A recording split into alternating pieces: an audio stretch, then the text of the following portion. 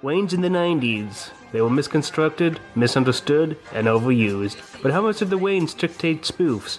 And how did spoofs dictate the Wayans? Today on the show we have a couple of movies and discuss the ways to keep it real. Welcome to my Scary Movie Retrospective, where I'm here to set the record straight and take my love of Scary Movie a step too far. Right now, I'll start with the Wayans run. Thanks, Zach, for the awesome thumbnail. We're brothers, we're happy and we're singing and we're colored. I watched these movies a lot as a kid and talked about them endlessly in high school. God, where do I begin?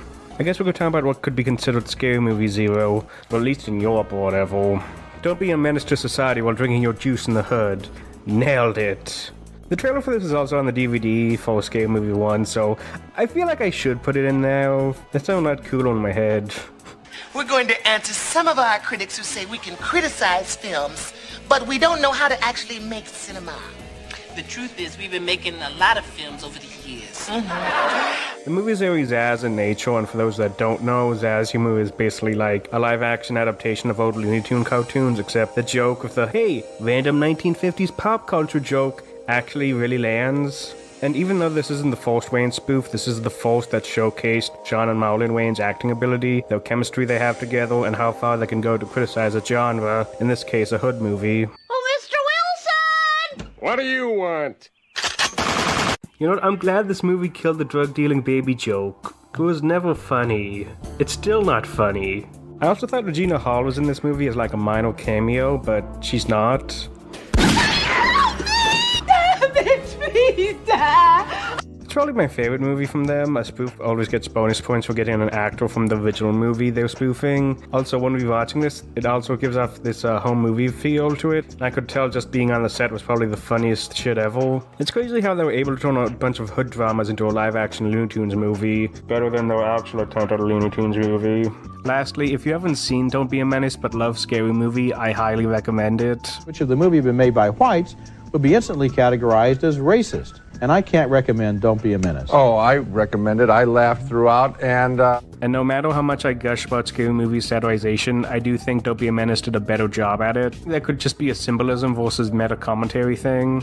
Like, Menace took the whole message of, we really are just boys in the hood, and regressing it back to baby boys with the designs. Plus it has the Saturday morning cartoon ending.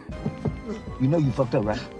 Yeah, you fucked up. Since there's more nooks here than a Raven Greenland, I do think the movie's calling everyone a sucker. I'm probably reading too much into this. The fuck is he talking about? Well, protect your neck, because now we're talking about the ghost-faced killer. I'm in the house. Do you know where I am? You're behind the couch. After that movie was a huge success, they landed their next big movie, Scary Movie, which had an interesting development, but I'll sprinkle it throughout the video. The movie was 100% a result of the Wayans and the company, but the studio producer, Harvey Weinstein, was working on a similar Scream spoof with some other writers, but that draft was never used. Ripples happened because of this.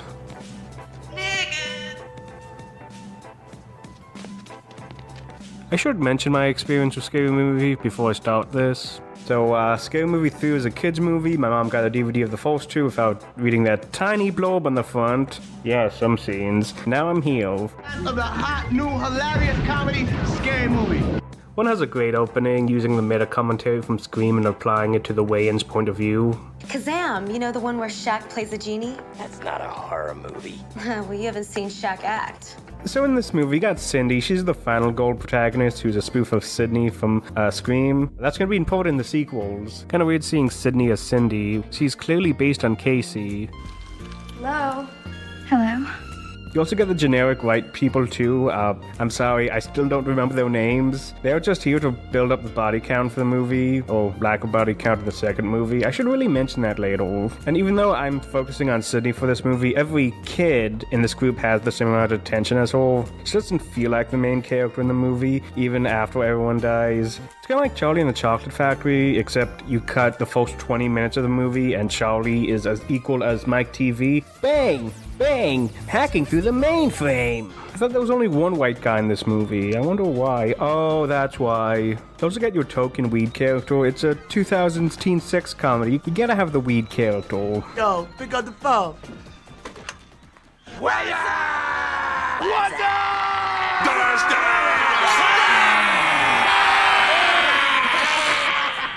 Looks like Requiem for a Dream, the good ending. Shorty's the only male teen from one that got a negative KD. That's kind of weird. Post-credit shot. Shorty wasn't written because I was filming Dungeons and Dragons and Requiem. Oh, holy shit, that makes so much sense now. We also got Dewey. I mean Doughy. I mean Duty. I mean... Doofy! Yeah, him. He watches VTubers and he's a bit too into Star Voices. We can ignore him. Do you wish to give up your right to speak and returning to heaven present during question? You think Charlie care anything about Slippery? This retrospective is more Wayne's focused right now, but I don't want to miscredit Anna Faris. Kind of like Jim Carrey from In Living Color, this was her first big comedic role. She brings a lot of good cartoony energy to these movies, but like Leslie Nielsen in Airplane, this isn't like a full vehicle for her yet. The Wayne's writing carry this movie a lot more. There are no small parts. Wait, is Dave only in the movie because they couldn't get Jim Carrey? They knew it would be career suicide, so they just got like a bootleg version of him. In your dreams. The Wayne-less sequels would be a lot like her Naked Gun in more ways than one. Lastly, she kinda acts better than Nev Campbell with the scream lines. Sorry if my traumatized life is an inconvenience to you and your perfect existence. I'm sorry if my complicated life is an inconvenience to your perfect existence. You sick fucks, you've seen one too many. You guys are psychos! You've seen one too many TV shows! That's kind of amazing for a spoof of a movie that spoofs itself. I've always wanted to win an award just so I can publicly thank Keenan Ivory Wayans for casting me in Scary Movie. I also want to include Cindy's dad in here because he's awesome. He's just a random drug dealer who's like, I love you, Cindy! And explains Sydney's sketchy backstory. I kind of wish they included the dad in the sequels. He was also in the Bulbs too. Mom says when I wear this badge, you're supposed to treat me like a man of the law. Yeah, well, Mom also said for you to stop sticking your dick in the vacuum cleaner. The cast here isn't 1-to-1 a copy of Scream, like 1-to-half, while the other half is original. Like, Shorty is supposed to be based on Randy from Scream, but surprisingly, isn't the meta commentary guy. Method! He's just Marlon Wayne doing a weed character. His sister Brenda is more Randy in nature with the commentary. My friend Sean had a pool party this summer. You know, Puff Daddy. Hey, everybody was drinking Cristal champagne, and then it started to get wild, and people was getting freaky in the pool and stuff. And how she dies. Spoiler alert, she fucking dies. And she isn't really gone and always comes back. This is kind of unintended, but I'll talk about that more when I talk about 3 and 4. And then after you get all the references in terms of the horror film, you have to go to pop culture and find out what's funny about pop culture. You do it in layers. Also, I should mention that as I'm recording this, they announced that they're rebooting Scary Movie, even though that's, say, 3 of the movies in here are technically reboots. I'm pretty sure it's going to be a tax write-off. Wait, no, this could be funny, Jada Pinkett, Omar Epps, Scream 2. Boom, Sambo! The movie does a great job at replicating Scream to the point where I can't take certain moments of Scream seriously because Scary Movie parodied them so well. Corn syrup. Just like my mom puts on her spaghetti, baby. Keenan Ivory did a great job mimicking Wes Craven's style. Having a similar budget helps too with immersion. Well, fun fact, Scary Movie 1 had a higher budget than the Scream one and made more box office bucks too. Also, fun fact, both movies are named after pre-existing slasher movies. You got Scream, which Good Bad Flicks mentioned, and you have this weird British movie called Scary Movie. Maybe it's like Existo, I don't know. Scream took a satirical look at horror flicks. This is a parody of the satire. Slashers are like comedies where they can both be cheap and be easily replicated. We'll also find out later in the series that it's a bad idea to spoof a movie that is 100 times more expensive than your movie.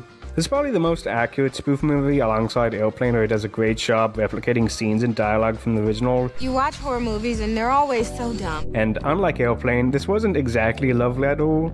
Marlon has gone on record saying he hates the original Scream, and I Know What You Did Last Summer. I love Scream to death. Not just because this is a Miramax movie and they told me to say that, but I truly did love Scream. Which I can kind of understand, but this isn't exactly like Twilight or 50 Shades of Grey, which, by the way, we really needed like fine Marlon to spoof these types of movies. Scary Movie was able to combine and spoof the entire Scream trilogy, and I have not seen another spoof movie that was able to do that. Besides that hate, the movie has a lot of love and respect towards the original Scream. What do you think, we're in a horror movie? And I feel like the original writers did most of the heavy lifting on that. Taking down Lynch and Cole. And shot down any ideas of adding like stink lines to any of the characters. This movie had 4 actual writers. We can ignore the other 2. I'll talk about them later. Little Buddy Diapers. His name is Buddy. Plus, for those that don't know, Scream wasn't just another generic slasher movie that came out at the right time. It was a slasher movie that was able to add meta commentary to the whole genre, like a spoof. And it was able to influence the franchises that it commented on, like Halloween and Child's Play. It also influenced a lot of copycats as well. We made a very fast, like a Mission Impossible spoof. Ironically, like how Marlon Wayne saw Scream, Scary Movie can be seen as both the movie that recharged the spoof genre and ruined it. Enough gushing, I need to be stupid again. They killed the health inspector! Another praise that I have for Scary Movie is that it's a comedy that doesn't ask for reactions. The movie has a fast pace and plays it straight enough where you can kind of trick someone into thinking that it's not a comedy. Except for maybe the second act, it kind of turns into a Halloween episode of In Living Color. Oh look, Joanna! None of the sequels ever come close to that. They were either too goofy or too short. One is the perfect blend, and I consider it more of a horror comedy instead of just a parody. Give me back my monkey. People can complain about watching MCU homework. Meanwhile, I had to watch fucking Amistad to get this joke. And I feel that it was a movie for real moviegoers, for people who really know what he's referring to and how he's referring to it, the little in-jokes and so forth. Sure. I liked it. I laughed. Now,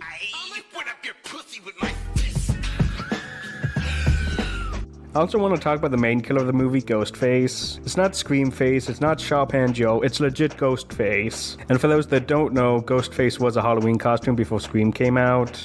You sell this costume every 5 and dime in the state. I feel like Doofy for realizing if the robes were white, it would just be a ghost. That's what I was trying to tell you. Only my costume is bulletproof.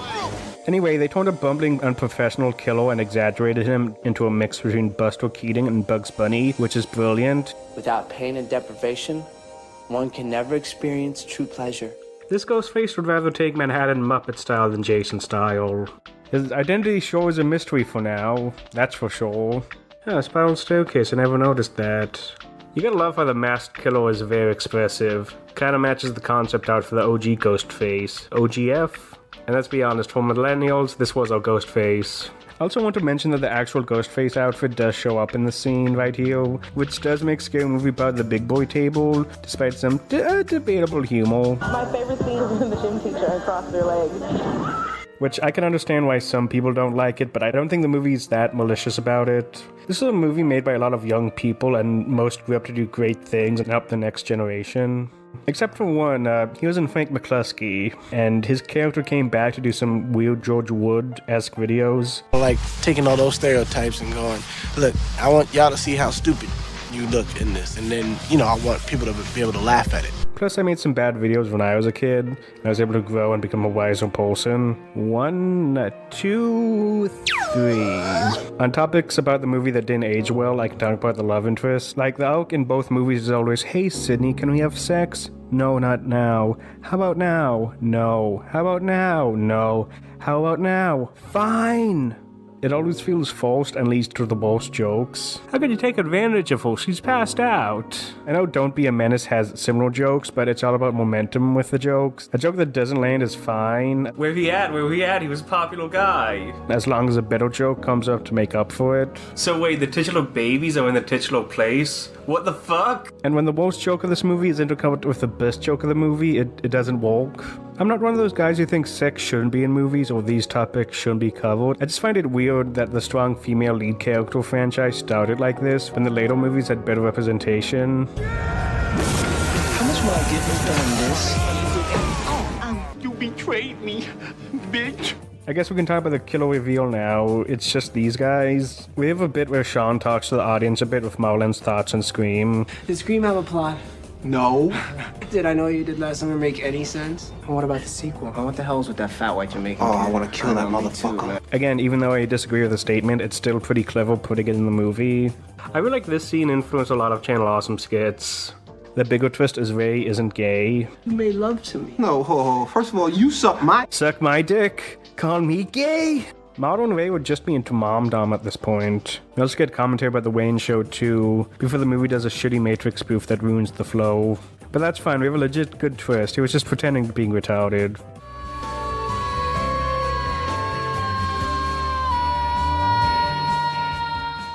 I do love the ending, like it's a legit twist and it's fun rewatching it. Seeing who did what and catching Uncle Doofy being just a wise ass instead of a dumbass. Hey Terry, smell my finger. Oh, what the hell is that?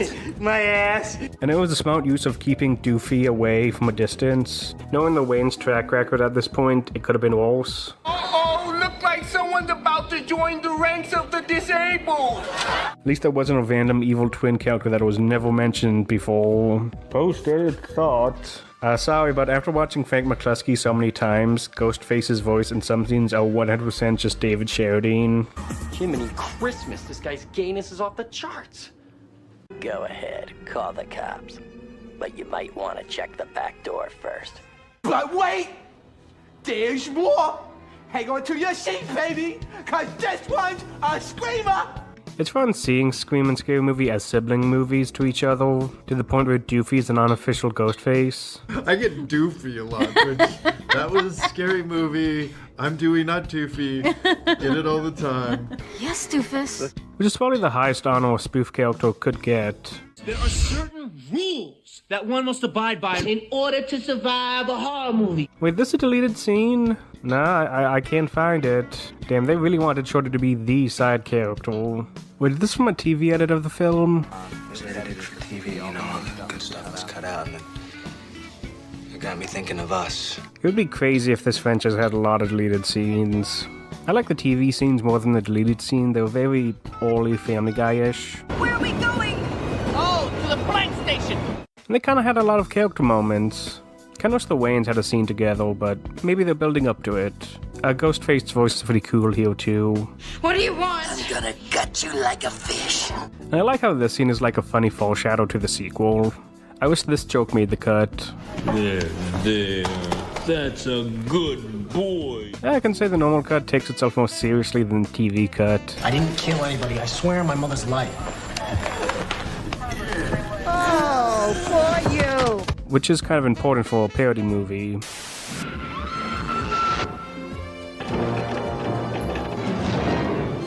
Whatever, Mr. Killer. God, I see a Kathy Ireland tag. This is definitely not right. Fuck you, Shogun! Hi, Cindy. Where was I? Oh yeah. You might be wondering why I delved more into Scream than last summer for Scary Movie. That's because Ghostface is more stabby than playing hooky. It's really inconsistent for the character, and it's almost like they're two different characters. Wait. Holy shit, that's a really cool detail on which character is Ghostface. Doofy was really planning on something for the school. Also, I realized that the violence and the setting for the movie might be a dig at Scream 3.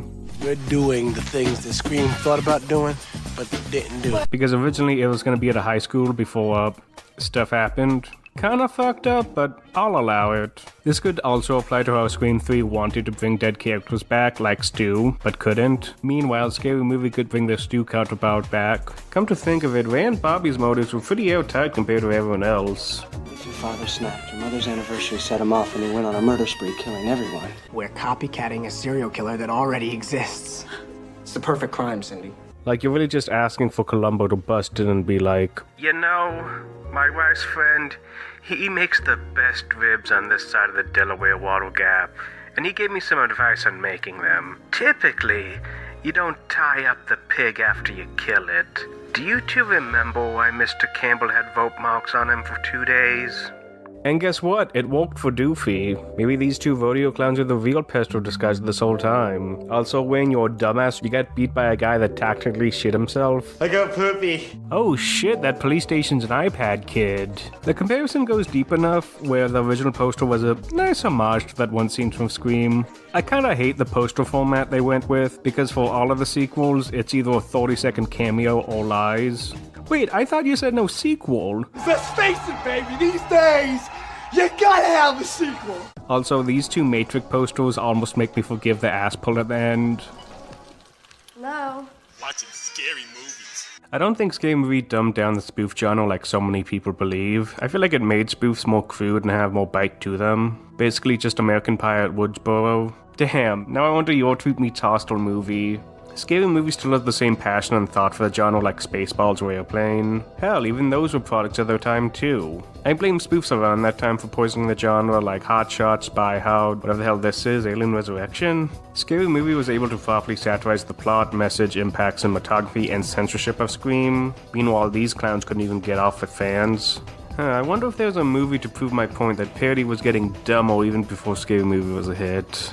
Yeah, I probably need some music for this. Don't even contest, cause I'll make you undress. Like born dancers, waiting at the front door for an answer. Hey yo, I'm sick of artificial MCs like silicone Therese. Hey yo, check it, yo, fuck the cheap bomb. I wanna smoke Cheech and Chong. And if I wanna fuck long, I let my thing along, hit the bong, and then it's on. Always pass the good cheek to the left because the right way is wrong. Oh, I got it. Oh, here it goes.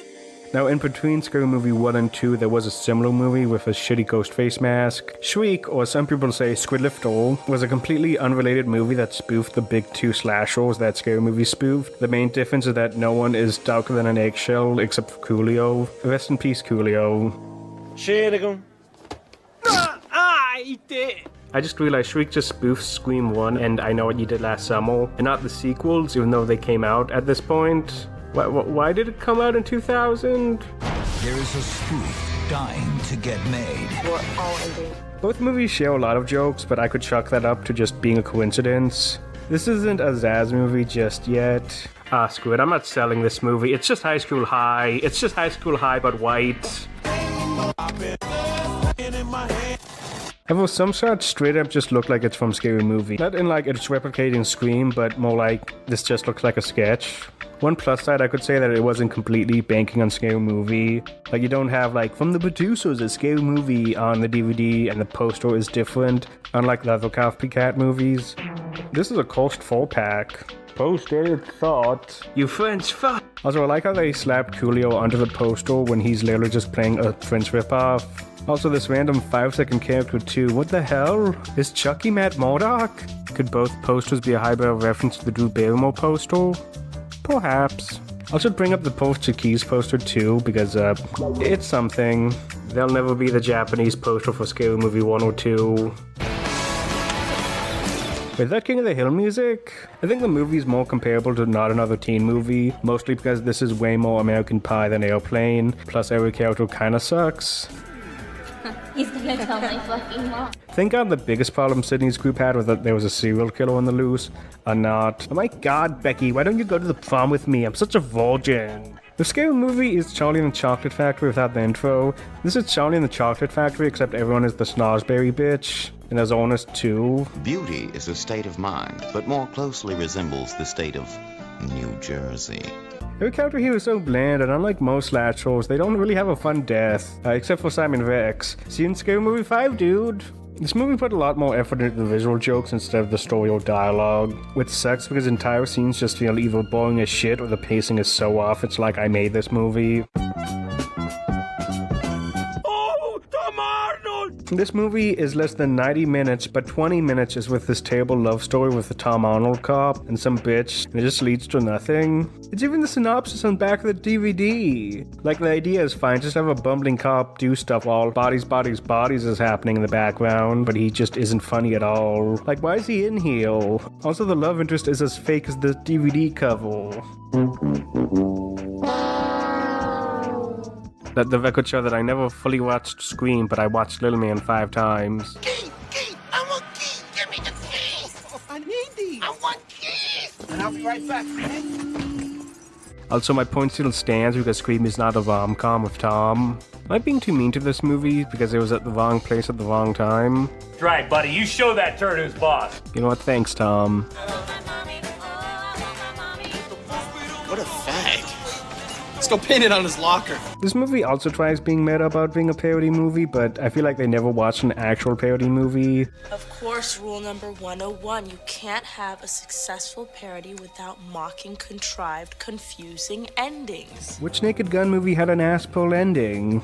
Shriek really banked more on the self-awareness than the commentary from Scream. Simple formula! Everybody's a suspect! For a mystery, it's fine as long as it doesn't lead to somewhere stupid. But for a comedy, it's worse because they're trying to point out all the jokes they already made. Okay, for Christ's sakes, guys. MTV? That's like the worst pun I ever heard. I believe what made Scary Movie a good spoof was that it was able to celebrate what it was parodying, but also taking pot shots at everything else. Well, Shriek thought it was on the same level because it name-dropped Hot Shots. Alright, we got Hot Shots, The Naked Gun, ooh, Airplane. Hey, I hear if you pause it just right, you can see Leslie Nielsen's penis. I Know What You Did Last Summer. Oh hey, I forgot to mention that movie in this video. Oh hey, another low-budget spoof I should have mentioned, but I wrote the script in November. Also, I do like this meta joke with the band. It's their big break for a movie no one will watch.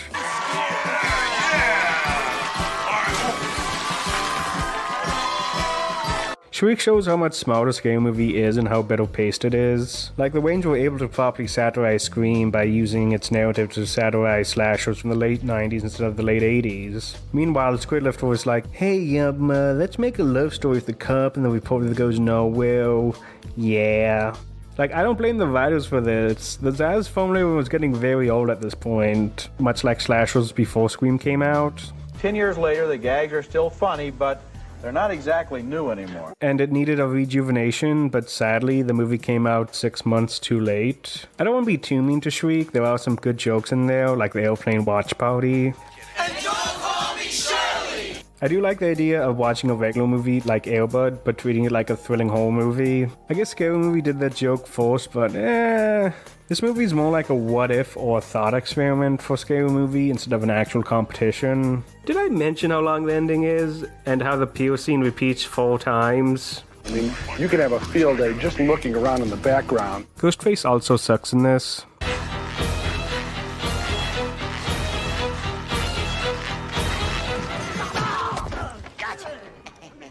Like Scary Movie, there's a subtle running joke of Ghostface realizing he might be the only sane one in this movie. The running joke for this Wojak Ghostface that he's indirectly killing his victims instead of directly, like it's some Wile E. Coyote shit. Except he clearly gets some kills. Hi, I'm Hagatha Udsley from MTV News. It was Hagatha all along. Now on Disney Plus. I think this is what Harvey wanted Scream 3 to be instead of a riff on it. Also, Ghostface in Scary Movie had realistic culprits and wasn't a half-assed choice at the end of the movie. What's going on?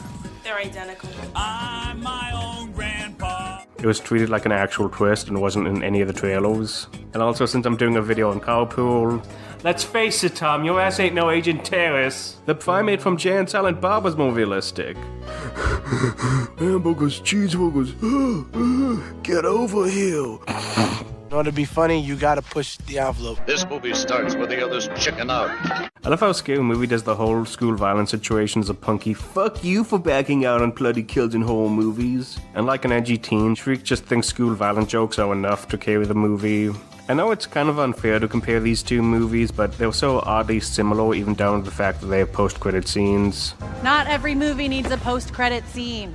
For this comparison, I should mention the Salzburg script for the original Scary Movie. Even though the script shares jokes with Scary Movie, it shares more plot points with Shriek, where it leans more on Last Summer and Stan Helsing slashers, including Christine for some reason. I don't recall Randy ever being like, okay, Ghostface might be a motor vehicle. Or his brother, I don't know.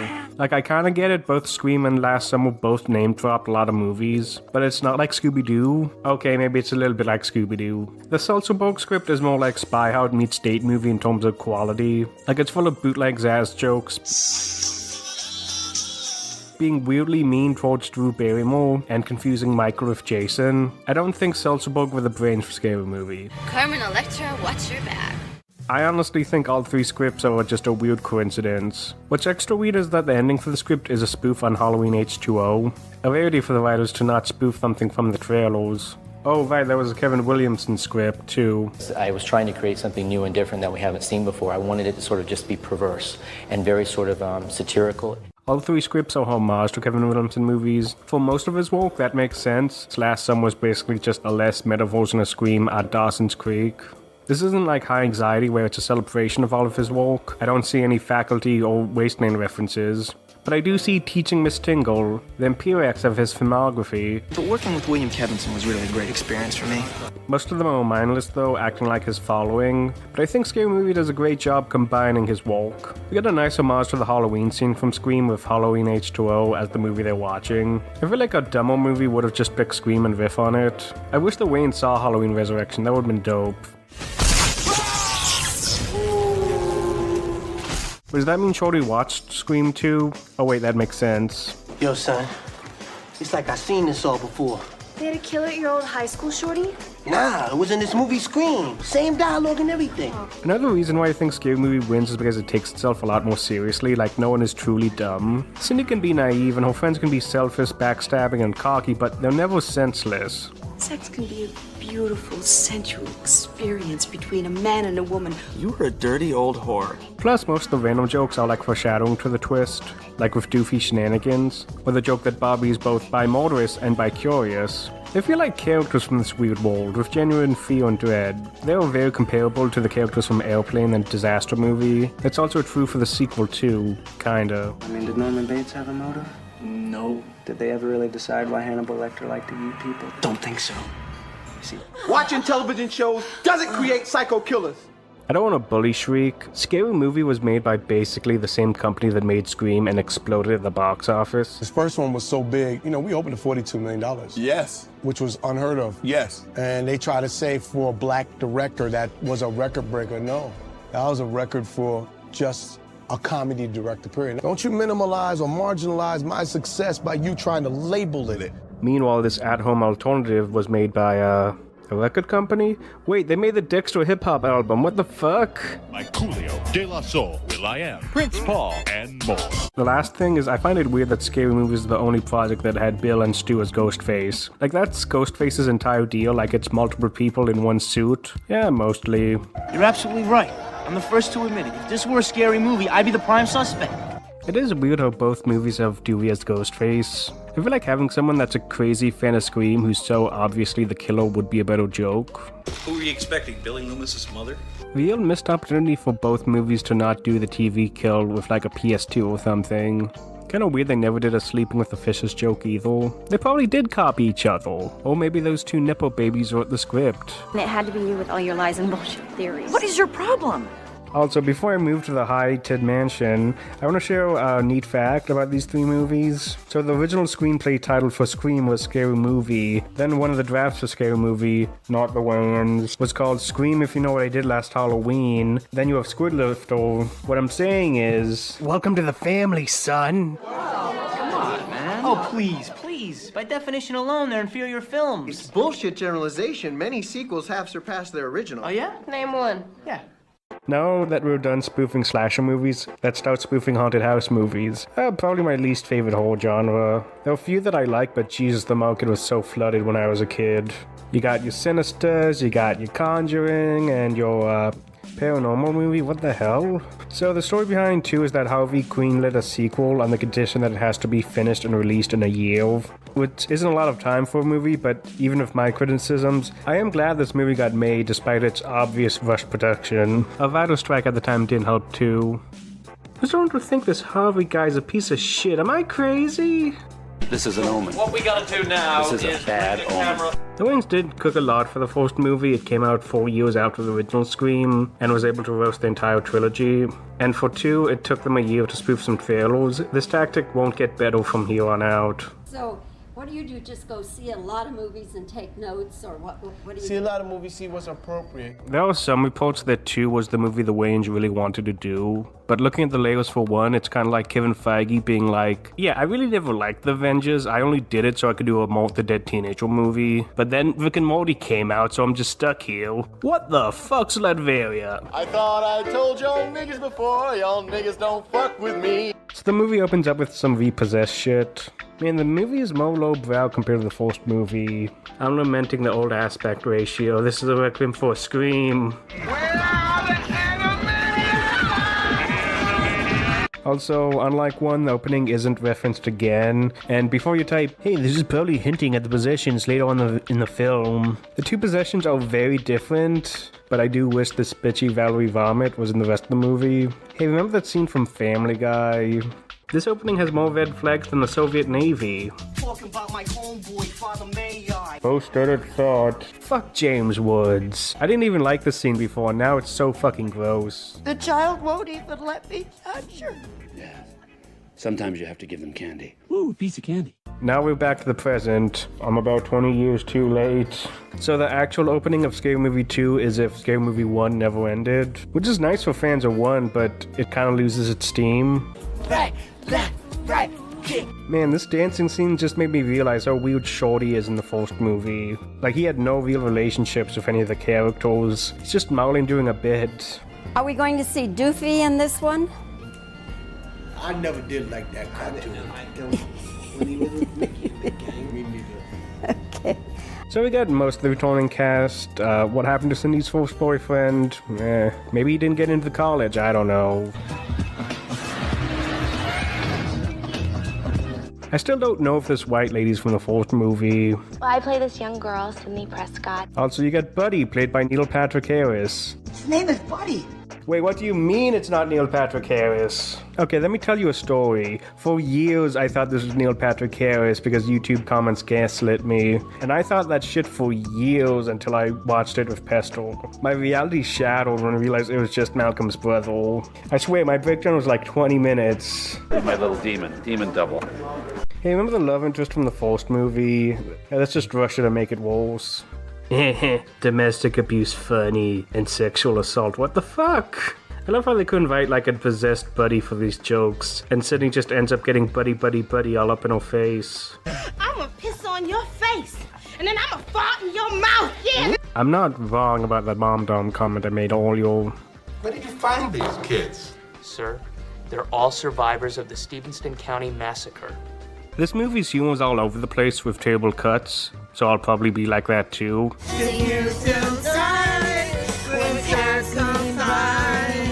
So now you get a haunted house story with evil snowplow man and blackface Pootie and sumo guy from Rugrats in Paris. I'm sorry, Mr. Handicapped Man.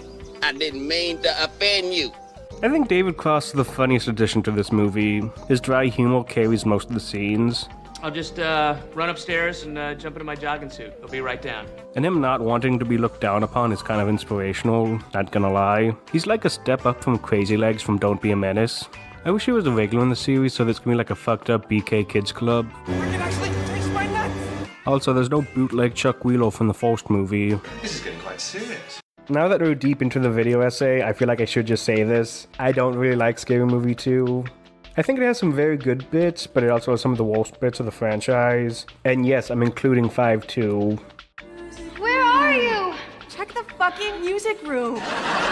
And, I like it. If the Wayans wrote the first movie with their middle finger, 2 was a result of a heroin needle that somehow had ink in it.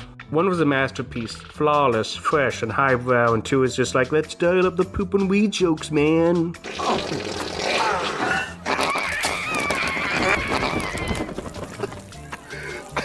If Roger Ebert has to bring in quantum physics in his review, then you gotta know it's a very mixed bag. If Scary Movie 2 is twice as good as Scary Movie, that's because it's half as good as Scary Movie in this other anti-universe, and that's where it is, because it's no good at all. Most of the negatives take place in the mansion, but I will mention some positives. I do like how most of the jokes of the evil snowflake man are just that he has a wacky hand. Also, that wine chug Marlon did was great too. I'm glad he's just like a smart average guy and not like Doofy 2.0 who's in the movie way longer than needed. Oh, aren't those cool new skates? Now you be careful with those. You don't want to fall and break something. I just realized the skates never come back for David Cross. Maybe in a deleted scene. Eat pork and I'm gonna get real big. Also, this shoulder design is top tier. The costume team from this also went on to do MCU and DC stuff too. I don't know what happened to Ray. He looks like John Freeman. I have to kill fast and bullets too slow.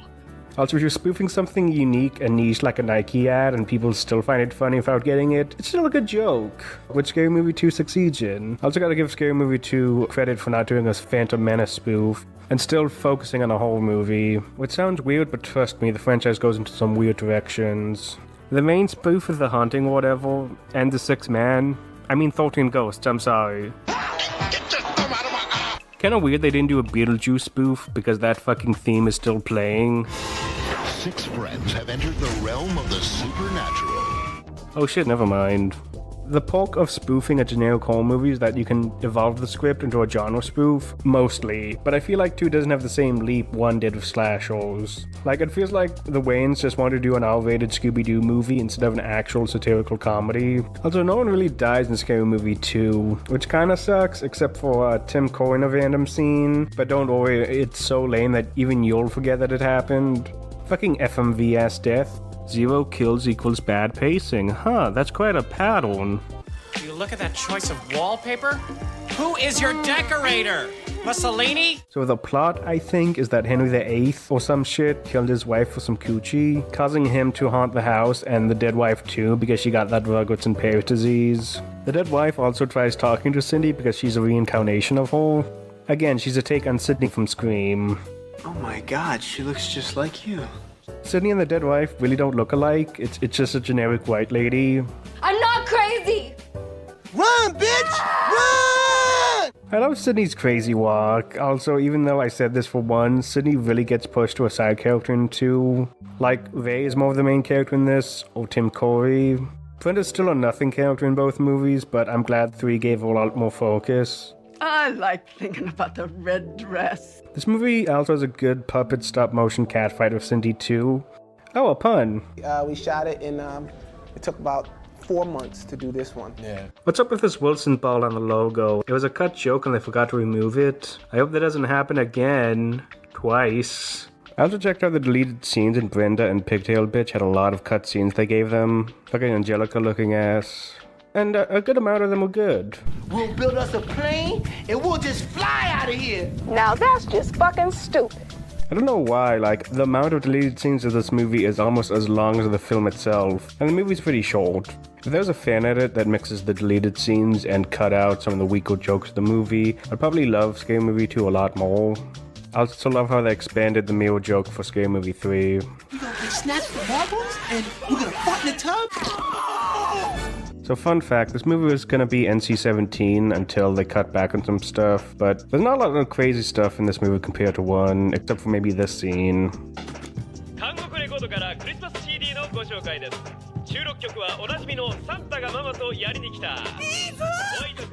Also, I should mention that one night they have a pot plant coming to life, and the clown tries coming too, but they don't come back for like the other nights. This is like some FNAF jank. Wait, there's 2 white bitches? Oh fuck, one of them was from Maniac Mansion. The fog is coming, the fog is coming, the fog is coming. Also, I haven't really talked about the villains so far because they kinda suck.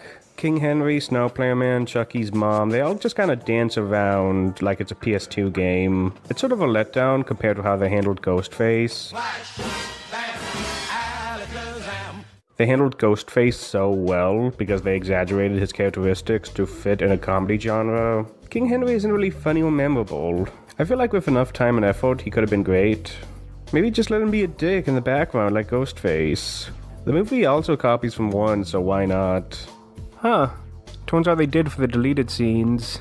No, little man, don't go into the weed cave. I can't believe this nonsense. They got me in a haunted house looking for a ghost. Don't make no sense. Was he the sex ghost? This is a skeleton, this is bones! Would you run from Callista Flatheart? I do like the homage to Freddy Krueger with the voice in some shots.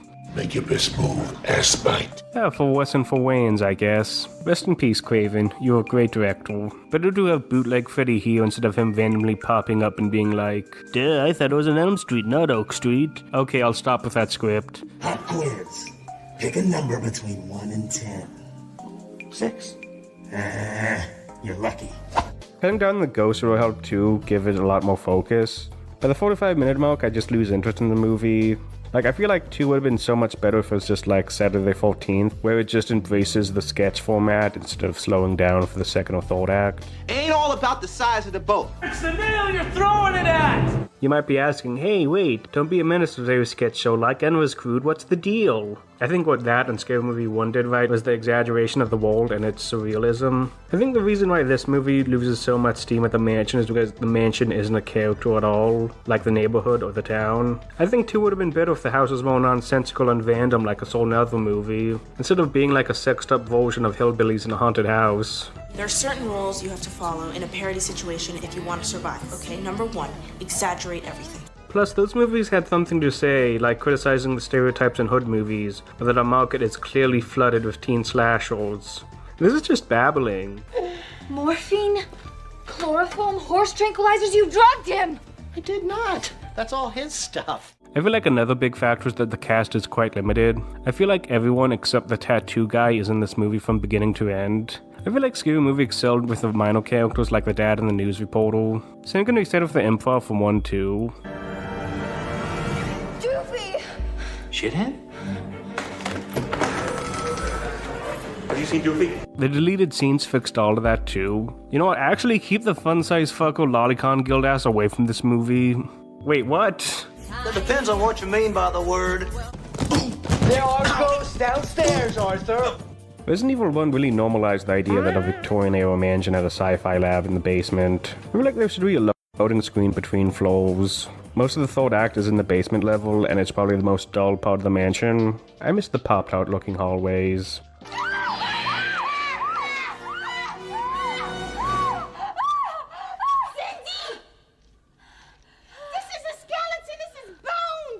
At least it spoofs and criticizes skeleton bastards, I guess. Is that the only satirical bit in the movie? Fucking Spy Kid goggles. Also Hollow Man reference, if you didn't know, Summer 2000 horror movie.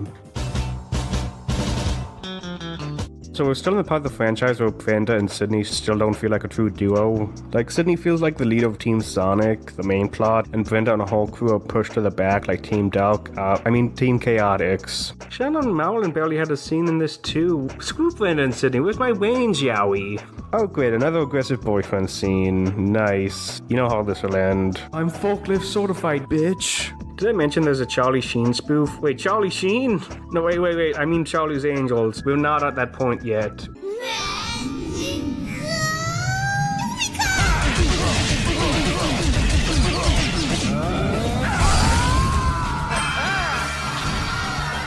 We're almost done with this crazy ride, now for the big finale. Oh, it's over. I don't know if the ending is better or worse than Scary Movie 1. I feel like the doormat bit is a bit too quick and easy. I feel like accidentally burning the house down or maybe doing some Theseus situation would be better. It's probably worse because it has a fucking dance party for a bit. Also, without the cutscenes, it feels like anyone could have saved Sydney instead of Ray trying to redeem himself for what he did in the first movie. About all that stuff that happened back in the day, let's just forget about it and try and move on, huh? I am. So just do me a favor and stay away from me. The theatrical cut did do everyone dirty. Yeah, maybe the original version was probably more deep than Spider-Verse. Wah, I have a realistic panic attack. But imagine being lobotomized and finding out Beetlejuice is in your head. That was one of the plagues of Egypt. I feel like Ray's character asked the question of one being in a cycle of being a model for one movie and downgrade to a side character for another. Do they feel sorry for the things they've done to others? Stuff that was beyond their control? Should they be able to change their path and make amends for their sins? Or maybe they should just continue doing the gay joke even though the first one had a better payoff. And they're not really funny in the second movie. Hey, you wanna fight with Uncle Ray? I like how they did the remorse about the killings with Ray because he wasn't the ringleader. He was probably peer pressured into this because he's far too sensitive. Honestly, I would probably be more upset about Ray fucking my dad than him trying to kill me. Man, a lot of sexual assaulters in this series. This is probably a Harvey mandate. Jimmy Woods I've known for a long time, and this is a wild and crazy guy, even when he's not on stage. He's insane. I should really talk about the alternate ending too. It does have better jokes, although they cut the epilogue, and then added in this shitty shit joke, so If you'll excuse me. I'm letting the other poop joke slide because A, it's practical, and B, it's funny shit. So everyone except Cindy died, and they were ghosts in the final scene. Oh hey, a reference to the first movie. I also tried doing this shit with the alternate cut of Scary Movie 3, but I'll talk about that later. Oh, hi, Dad. Dad's in this? He's back? Because this is Scary Movie 2, Chris Elliott isn't dead, so I'll just end this plot somewhere with the fan edit I made. Buddy, get him! Buddy? I killed Hugh Kane and his mistress, too. Both of them? Did I just fucking say that?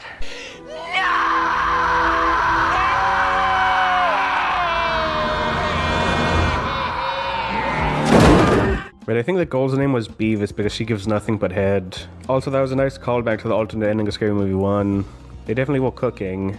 To me, is not his best body of work in terms of the production, right? It's amazing, but it's not his best. So that was 2. Again, not my favorite, but I do understand why most people like it. It's probably the most sketch of the series, where most scenes feel like a sketch with little plot elements and delivers more on jokes. I do think a different cut would have been better. This movie will also cause some ripple effects. I think this theatrical cut caused the epic moviefication of spoofs, where it's mostly just referencing random moments in films instead of making jokes around them. Although I do kind of blame High Anxiety for that. To kind of end it on a more positive note, I do love the originality and the energy they had behind the scenes. They weren't trying to copy what was previously done. Again, I just mostly hate the theatrical cut.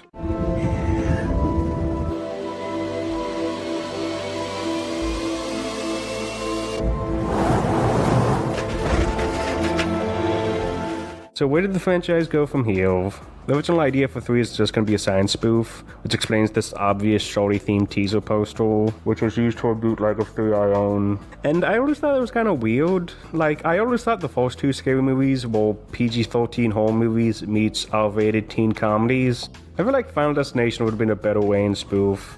Like, yeah, they later spoofed it, but it just wasn't the same. I don't see the ending of Scary Movie 1 as a Final Destination spoof. It feels more like a Meet Joe Black kind of joke. The first Final Destination movie had moments that were just made to be spoofed, almost beat for beat. Plus, the main goal in 2 and 3 are very much like Sydney in the Wayne's movies. The movies are lower budget, so that helps. I feel like spoofing another teen-led horror movie makes more sense for where the series is going, instead of doing like a weird M. Night alien spoof. Post-credit thought.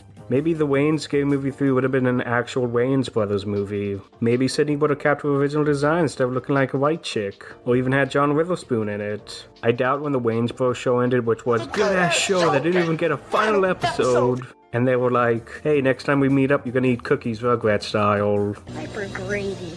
In all seriousness, if they kept what they were doing for 1 and 2 and 3 was a genre spoof, like a mix of Signs, Fire in the Sky, and Close Encounters, and maybe E.T., it probably would have been great. Yo, y'all watching this tape right now?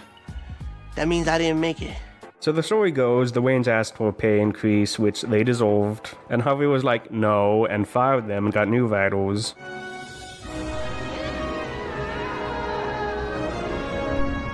I wonder how the new writers handled it. Oh. Well, if the kid screws up, then I'll just have to kick his ass.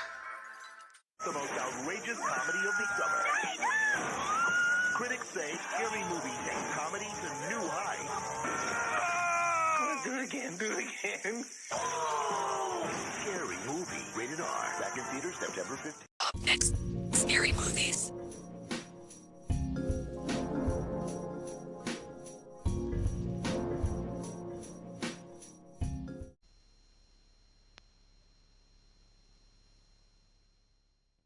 Meanwhile, on Vote to Scary Movie 5. Vandy, I need help to make the sequel. These are the rules of how you make a good sequel. Rule number 1, you gotta up the budget. Rule number 2, streamline the writing, faster jokes, faster laughs. Rule number 3, more recitation jokes. Wait, what? So yeah, they got fired after using that stupid title, including Kevin Smith too. Wait, what the hell? Guess they didn't like the page-long seal clubbing scene. The Wayne's were also going to make their own sci-fi fantasy spoof at the same time, but I'm glad that never happened. Also kind of weird none of the original writers from the first Scary Movie came back. Bloody diapers. Including one that wrote their own spiritual successor to Scary Movie, Not Another Teen Movie, which I like but isn't my favorite. What's your favorite scary movie? 3, bitch!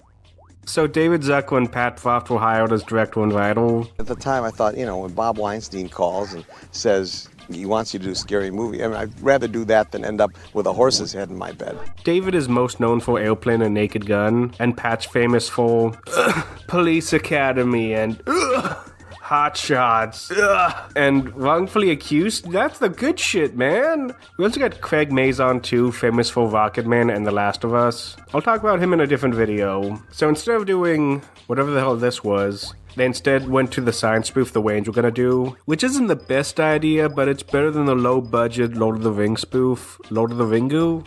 Also, random lore about me, I remember seeing a poster of this naked lady running away from a blue alien at the movie theater. It stuck out for me for years and I kept looking for it. Was it evolution? No. But ugly motions? Close but no cigar. Lo and behold, it was just a teaser poster for Scary Movie 3.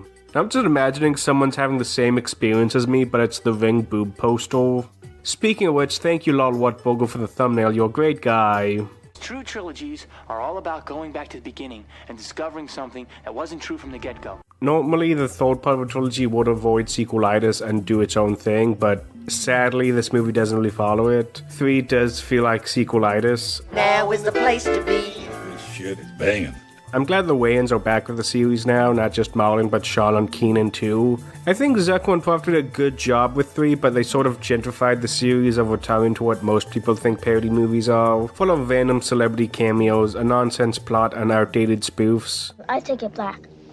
Like my favorite scary movie. But as a transitional piece with a touch of Wayans, is this mess any good? I'm gonna get you, Zuckers. Let's begin. Hardcore nigga!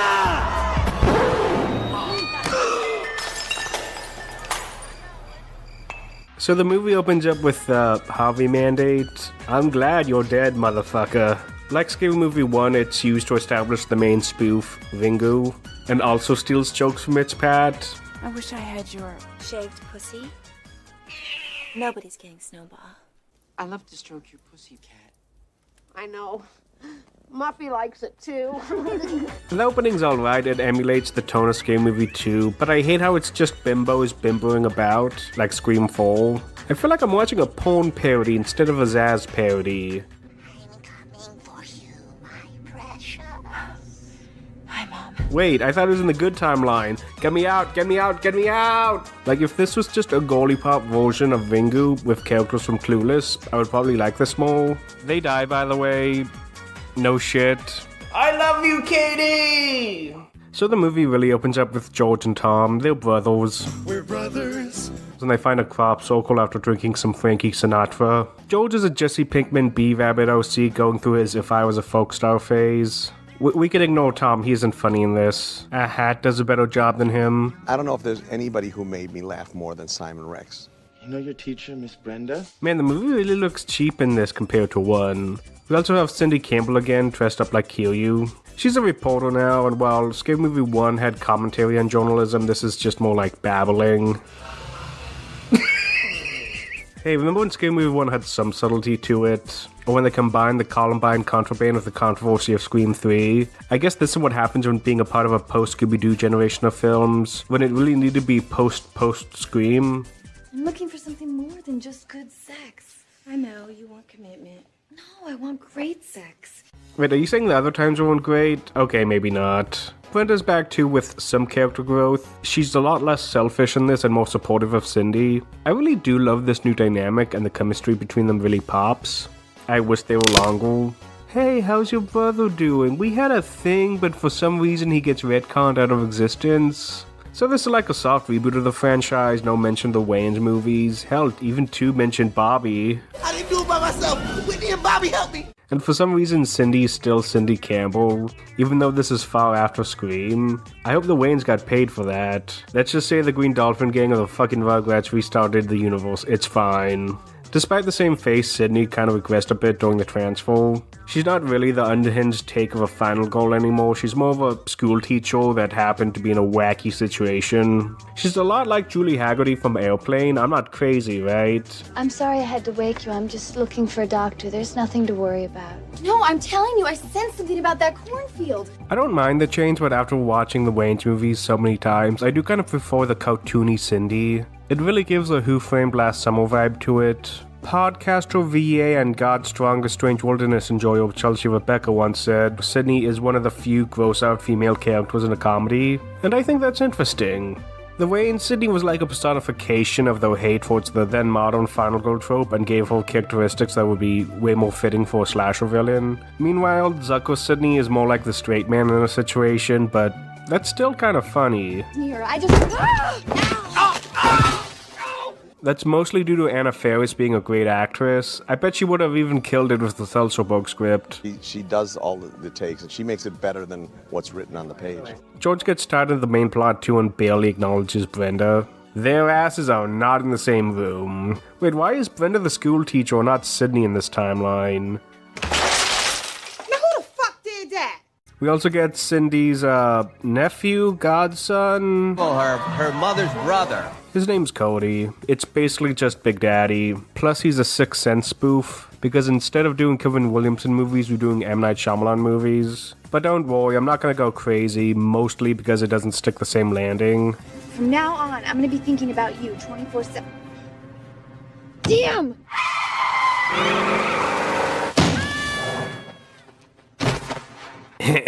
Child abuse funny. One of the few things High Anxiety got right, that it was able to parody the director's entire career, their cliches and everything in between. Then Scary Movie 3 picks like half of M. Night Shyamalan's movies and just half-asses it. Also, Scary Movie 1 already did a Sixth Sense spoof, so it's kind of playing with anger here. Sure, let's have imaginary beef with M. Night. He risked his own career for a fairy tale on one. This is like a moment from a horror movie. It's precisely the moment where the mutation or beast will attempt to kill an unlikable side character. Actually, I think it might be because Harvey had beef with M. Night over Wide Awake for Miramax, which, no, isn't an Insomniac thriller you slept on. It's a non-school kids movie with, horny kids, what the fuck? Harvey deserved to die after this. Motherfucking Fun Size 2. Speaking of which, my dumbass always thought the priest was really into Sydney when I was a kid. What's up with this series and dirty priests? Again, the pedophile priest jokes, enough with those two. I think so. My 8-year-old brain was blocking a lot of stuff from this trilogy, mostly the Sean stuff. Speaking of Sean, we also have the bootleg Waynes here too, Kangaroo Jack and Koala John. The whole stick is this weird stoner conversation thing. How the hell do you wake up dead? Because you're alive when you go to sleep. So you telling me that you can go to bed dead and wake up alive? Their spit can make you sleep, but not die. It's fine, I guess, but I wish it delved more into criticizing the dumb horror movie rules. Like, what if I say Candyman 4 times and then a week later I say it again? This is some Men's-Eye shit. Actually, never mind, Harvey would have turned Candyman into a gangster boogeyman or something. I love Brenda's hat in this, it's so cute. Something bad is heading my way, like when you see an Asian person behind the wheel of a car. Oh no, foreshadowing. Anyway, the two stooges here are pointless. They just hang out with George and do nothing else. I'm positive Zucko heard the name Shorty from the other movies and was like, height jokes, got it. Don't get me wrong, I really do love some of these jokes where they feel more Naked Gun than Scary Movie. Unlike 1 and 2, I feel like the cast in this really don't have their time to shine. I feel like they're only here to fill up a movie poster. Oh, you know what, who's this tomboy in the front? She's gonna get it on. Holy shit, it's Joe Nasty!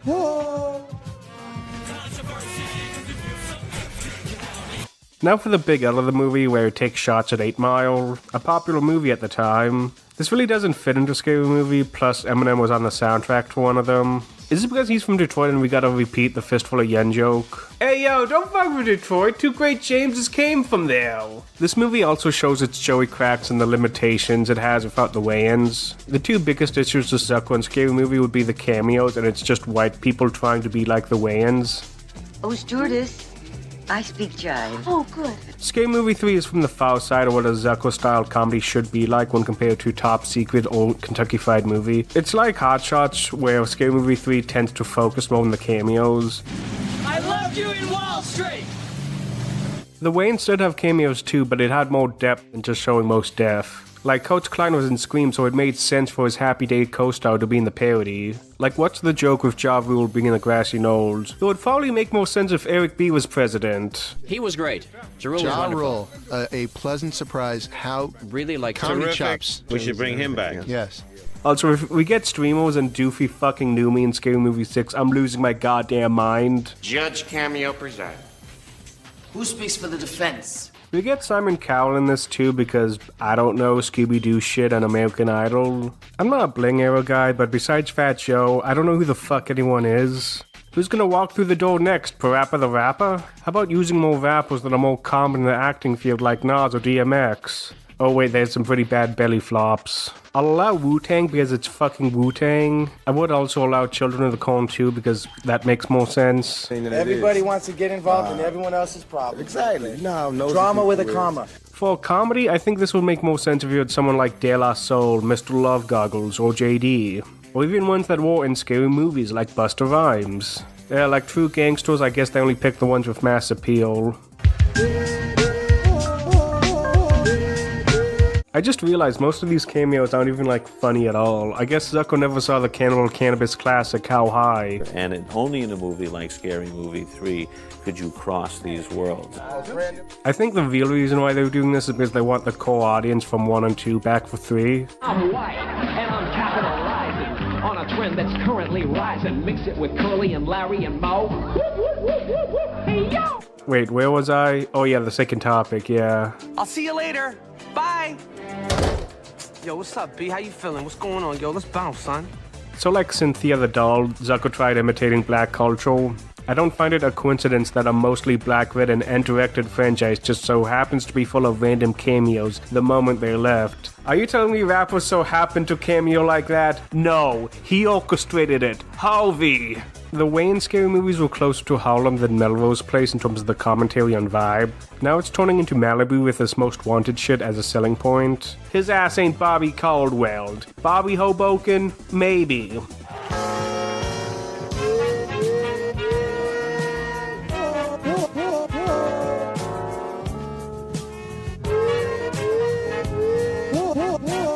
It's like they watched the first 30 seconds of Hip Hop Hooray and were like, yeah, I think this is how we can get the black audience back with that hippity hop stuff. Yaha. Y'all representing the fake hip hop. Like, I doubt these old white people were writing the script and were like, we need Wu-Tang, it's for the children. Where's the queen? Dollar bills, y'all. Like, I think one had a better Wu-Tang reference with the Ghostface Killer. At least Redman watched the Kentucky Fried Movie, though. Yeah, matter of fact, he did that damn Kentucky Fried Movie. He's the bomb for that shit. The OG! You know what, this movie is a lot like 8 Mile, where you have the white man trying to get into hip-hop, and maybe it's an allegory for...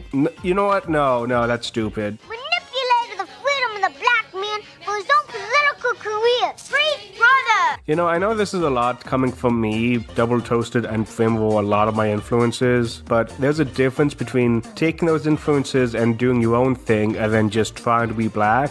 Wasn't really familiar with a lot of them. You know, I've never done a Negro movie before. Right. So this isn't as in your face as the sequel, but it's still weird after watching the Wayans movies. Like, this was just a sign for most people. At least it's not as disrespectful as Fun Size. Yo, that jacket is tight, son. Yummy. Speaking of whitewashed African-American icons and cameos, Michael Jackson's in this. Well, not actually Michael Jackson, but a pretty good impressionist. His inclusion in here was kind of weird, and I don't blame people that think that the Epic Movie people wrote this. Michael Jackson's in the bulk printer one, but I literally don't see it. The whitewashing extends to the Ring elements too, with the Japanese elements being gone, which is still problematic, but compared to the sequel, it could be worse. Konnichiwa. Konnichiwa. 前にもあったわね。ここに住んでるの？住んでちゃ悪いかの丸焼き食いたいな。Also, for my fellow dubheads, sadly none of the Japanese VAs for 3 and 4 have any connection to the Grudge or Ringu. But for some reason, Shawn Wayne's VA is Nick Wilde in the Japanese dub of Zootopia. That's something, right? Alright, you wait right there, and I'll be right back, okay? Even though I'm helping a lot of issues here, it's still mild compared to the sequel. I would say the movie's at its best when it's not being a Wayne's ad-lib. The movie's weak was satirical and plot-wise, but I still find it funny. Like, Scary Movie 1 is kind of hard to recommend, and 3 is kind of a crowd pleaser, depending on the cut. Like, 1's a lot more subtle, where Scary Movie 3 is more like dumb fun. Scary Movie 1 was lightning in a bottle in terms of its humor, satire, and deep cuts. And I'm glad Scary Movie 3 tries being its own thing instead of chasing the wind. Plus, I see Scary Movie 3 as more of a follow-up to Naked Gun instead of a Wayans continuation. Like, most of my negativity is coming from me watching Scary Movie 1 and 2 a lot, and not seeing Scary Movie 3 as its own thing, or seeing it more like a successor from Airplane to Naked Gun, where it trades its subtle, highbrow jokes for more dumb, but still fun jokes. I hear if you pause it just right, you can see Leslie Nielsen's penis. Plus, if this movie wasn't funny and it was just David Zucker being like, see, it was all my ideas, I'm the genius here, then yeah, I would probably rip it a new one. Yes, you did. Go get my heroin and my hypodermic needle, bitch. I can kind of forgive the first act because they mostly ditch the 8 Mile shit after this scene, plus it has a fun payoff at the end. And I just love George, man. He's just like a Mary Steve to Sydney, but for this film it works. It's really rare for a comedy where the main character is funny by themselves, the love interest is funny by themselves, and when put together it's like the best shit ever. Simon Rex is a great addition to the series, and he's like one of the best parts of the movie. So I remember doing scenes with her, and I would just crack up, like in the middle of the take, because she'd just give me this look, and I'd just die. Simon's great. When he plays George, he's so sincere and sweet, and his eyes get so wide, and he's kind of like... He's a really good mix between Ghostface from the first movie and the Naked Gun direction the series was going into. Plus, with his screaming scenes, he really reminds me of Cindy from the Wayans movies. Died a horrible, painful death! Gone! No! You got the wrong guy. No! Yep, it's not Bobby. Not to downplay Anna Faris, she did a great job carrying the movie, and I'm glad these movies do focus on her a lot more. My criticism's still valid, and I'm not excusing the racism from this movie, it's very light now compared to what the sequel is like. Then we nuked them. That's what they turned into a real country. Alright, back to the movie. So we got this scene between Sydney and Brenda, where it's a good mix of Zaz humor and Wayans writing.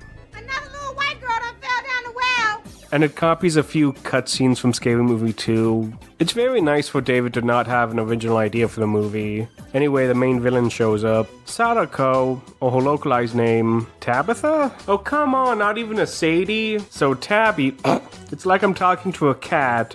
Tabby! Anyway, Tabby jumps out of the TV screen and Brenda barely moves.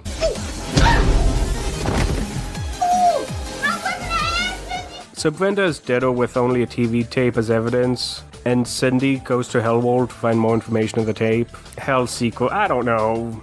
Cindy also watches the tape and gets a warning about 7 days. I love my favorite Martian. Also, this shotgun goes hard, what the fuck?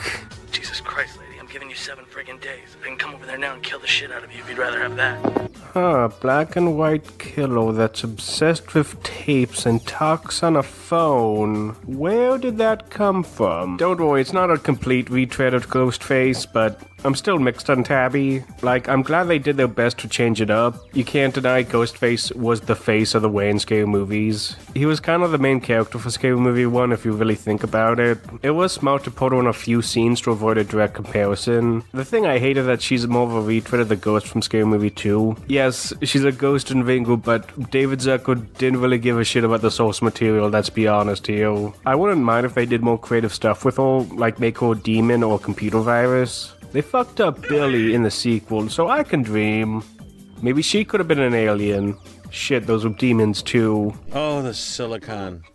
All the good it could be doing. Yes. Similar to a good slasher, after the first kill, the plot really speeds up. I'm glad Cindy's the main protagonist in this, where she fights all these different things. She's kind of like a modern Van Helsing. So we're entering the Matrix spoofs of the movie, which I'm fine with because most of the scenes are just for narrative or plot reasons. It's not like the movie's gonna end with a big Matrix fight again. Although, I do wish Eddie Griffin was in a Wayans Scary movie as a legit character. He's pretty funny with how little screen time he has. Try being married to her.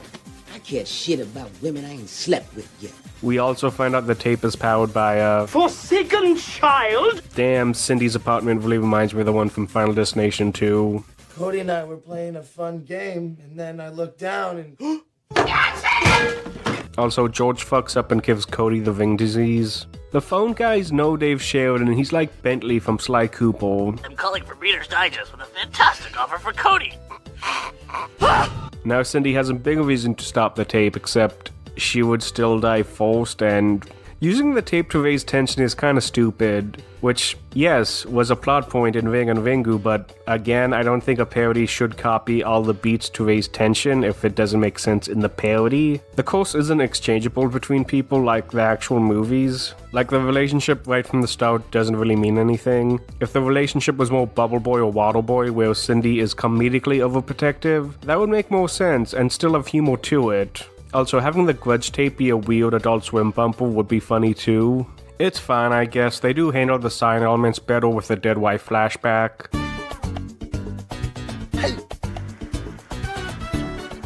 Man, this scene's really like the best looking part of the movie. It really comes close to Keenan Ivory style for Scary Movie 1. We also get fake M. Night in this movie, and I do like his dry performance. Tom, I'll need a ride home. He definitely should have been in the sequel. We were also at the funeral scene, which is a high point of the movie. Now this is a scene that people seem to either love or hate. The scene always creeped me out as a kid, even though it's a simple effect. I'm not too crazy about this joke. You're getting laid tonight. He doesn't know you're a guy. I'm glad Pat never walked in The Last of Us. Pack it up, Skittle Squad! I think this scene's a good vertical slice of the movie. We got Cindy looking like her son got a D on a math test, some Police Academy-ass jokes, and Simon Rex just acting his heart out. I can't believe they just leave it out here like this. George, it's awake. Awake? Brenda! She's not breathing.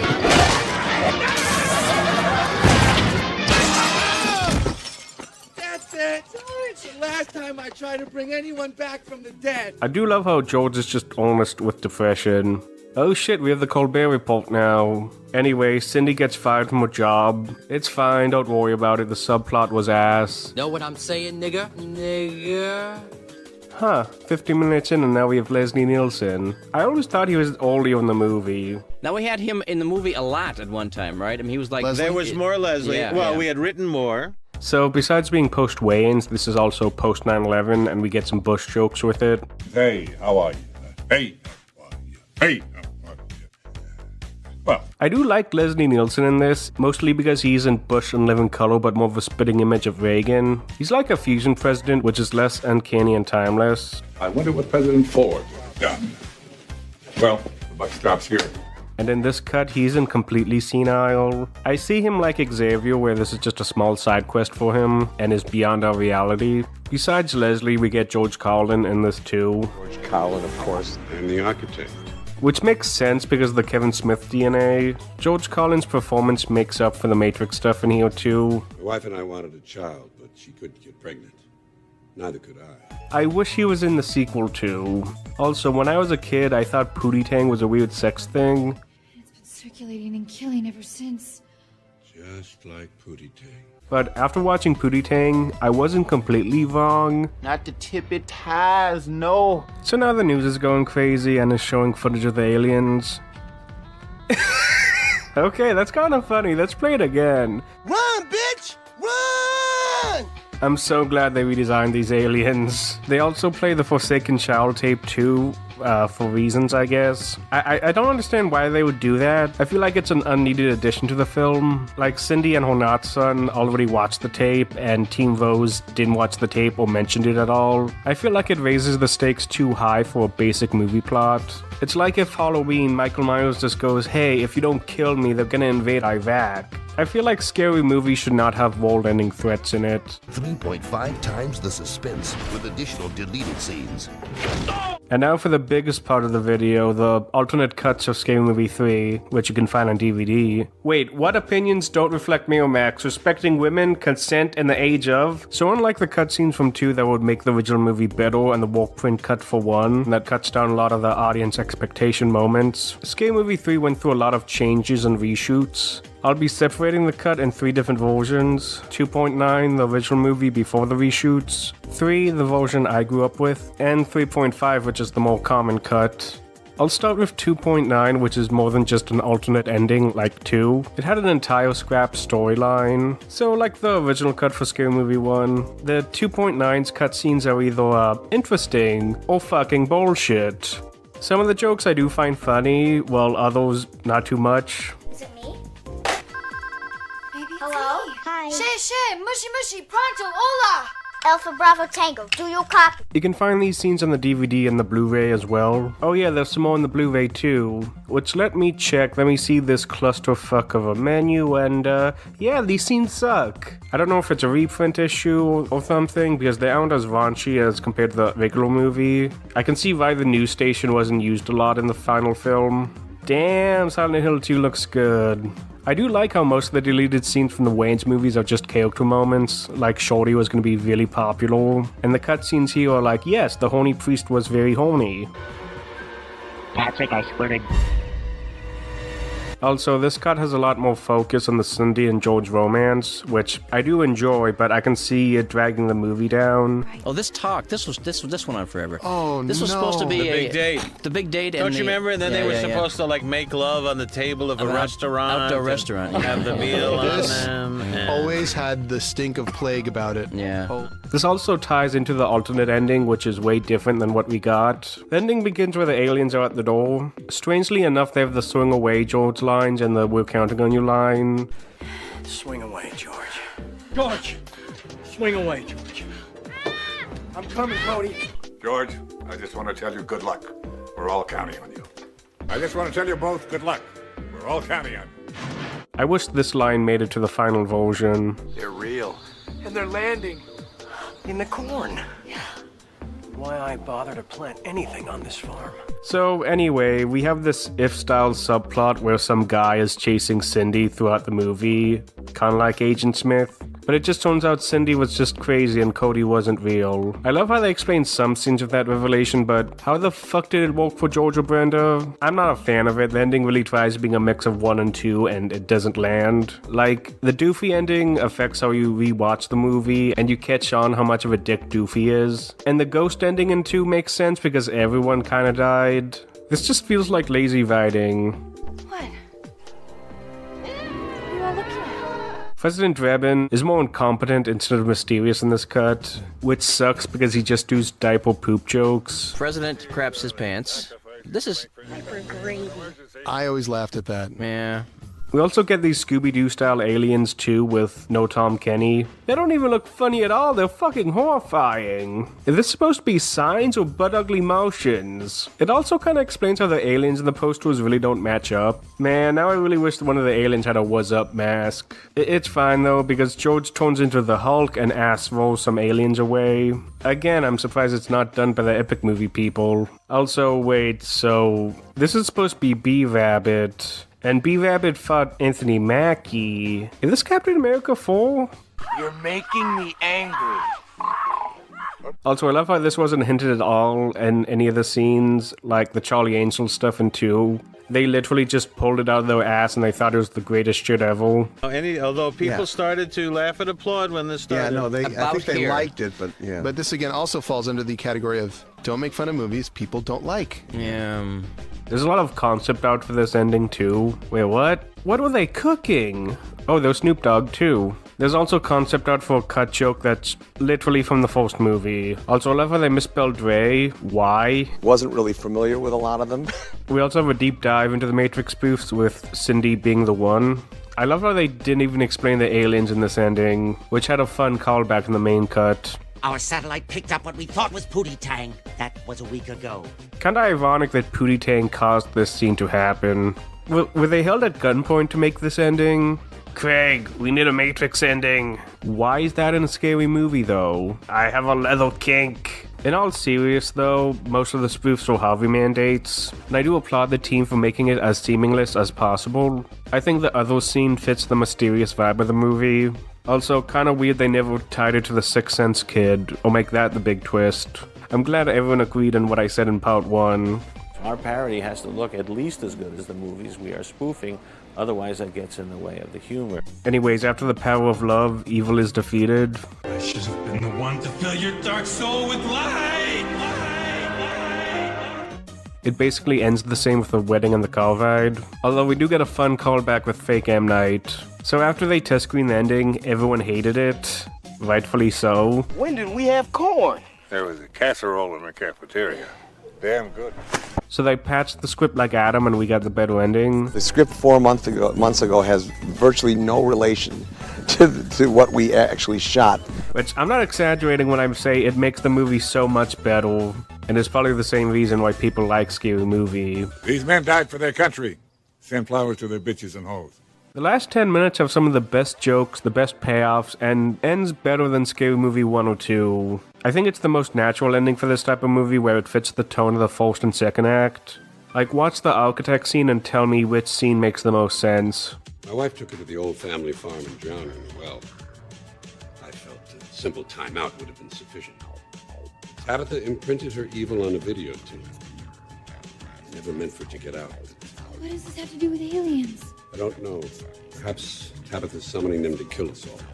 So yeah, I think 2.9 is the inferior cut of Scary Movie 3. I mean 3.5. Wait, what's the difference? I'll check the DVD first, which is the censored version. The opening scene feels faster because it cuts most of the dirty jokes. Man, watching this on 4x3 on the big screen really feels cozy. Hey, ask her which bathroom has a vibrating shower head. Now who the fuck did that?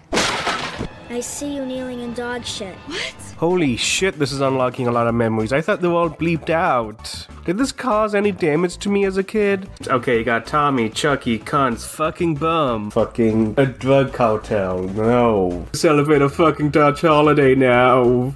What's the difference between the unrated cut? Wait, 76 seconds? Are you fucking kidding me?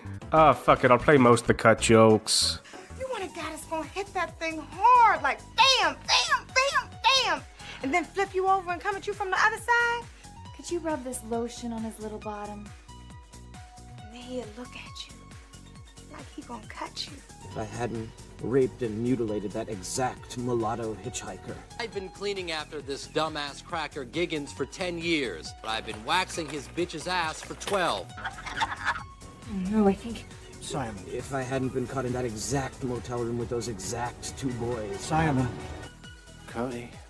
If I don't end up on all fours with some anonymous guy, or drink an ass load of Cristal and have to sleep one off in the dumpster behind the Sizzler.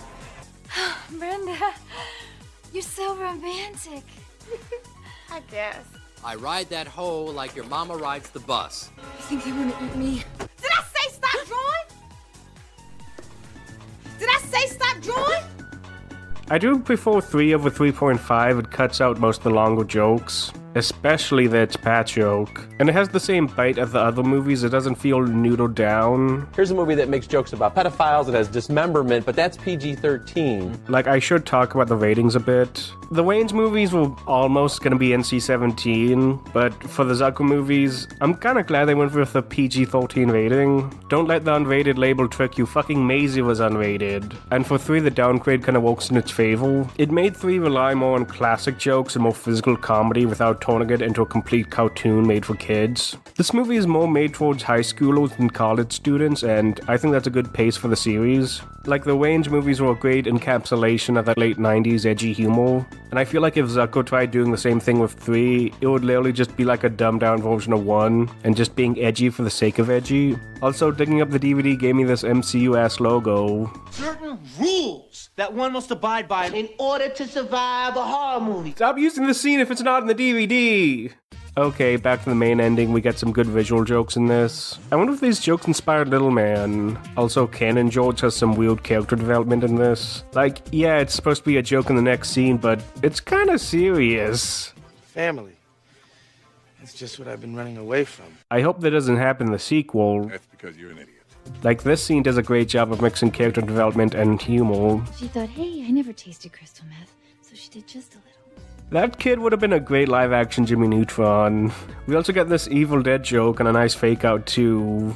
Post-credit thought. I mean Texas Chainsaw Massacre. It's crazy how 3 was so close to the remake. It would be crazy if we had an Evil Dead spoof that was really close to an actual Evil Dead movie. I do appreciate how simple the location is for the third act. It's not like we're going up and down and this and that like Scary Movie 2. What was the point of that? Just to do a Hannibal spoof with an actor from the Hannibal movies? I do like this callback to Airplane and how The Ring 2 basically copied this ending. Anyway, evil is defeated and we have this nice marriage scene. Oh, that's very subtle. Damn, we're hitting Hereditary level of visual storytelling. I love how even though this is a cliche from the era, they were able to put some dark twists in it. I see London, I see France, I see you try doing the necromancy dance. I just noticed they barely shared screen time in the movie. Hell, they barely shared screen time in the sequel too. I also love this friendlier take on the ending from 1 and 2.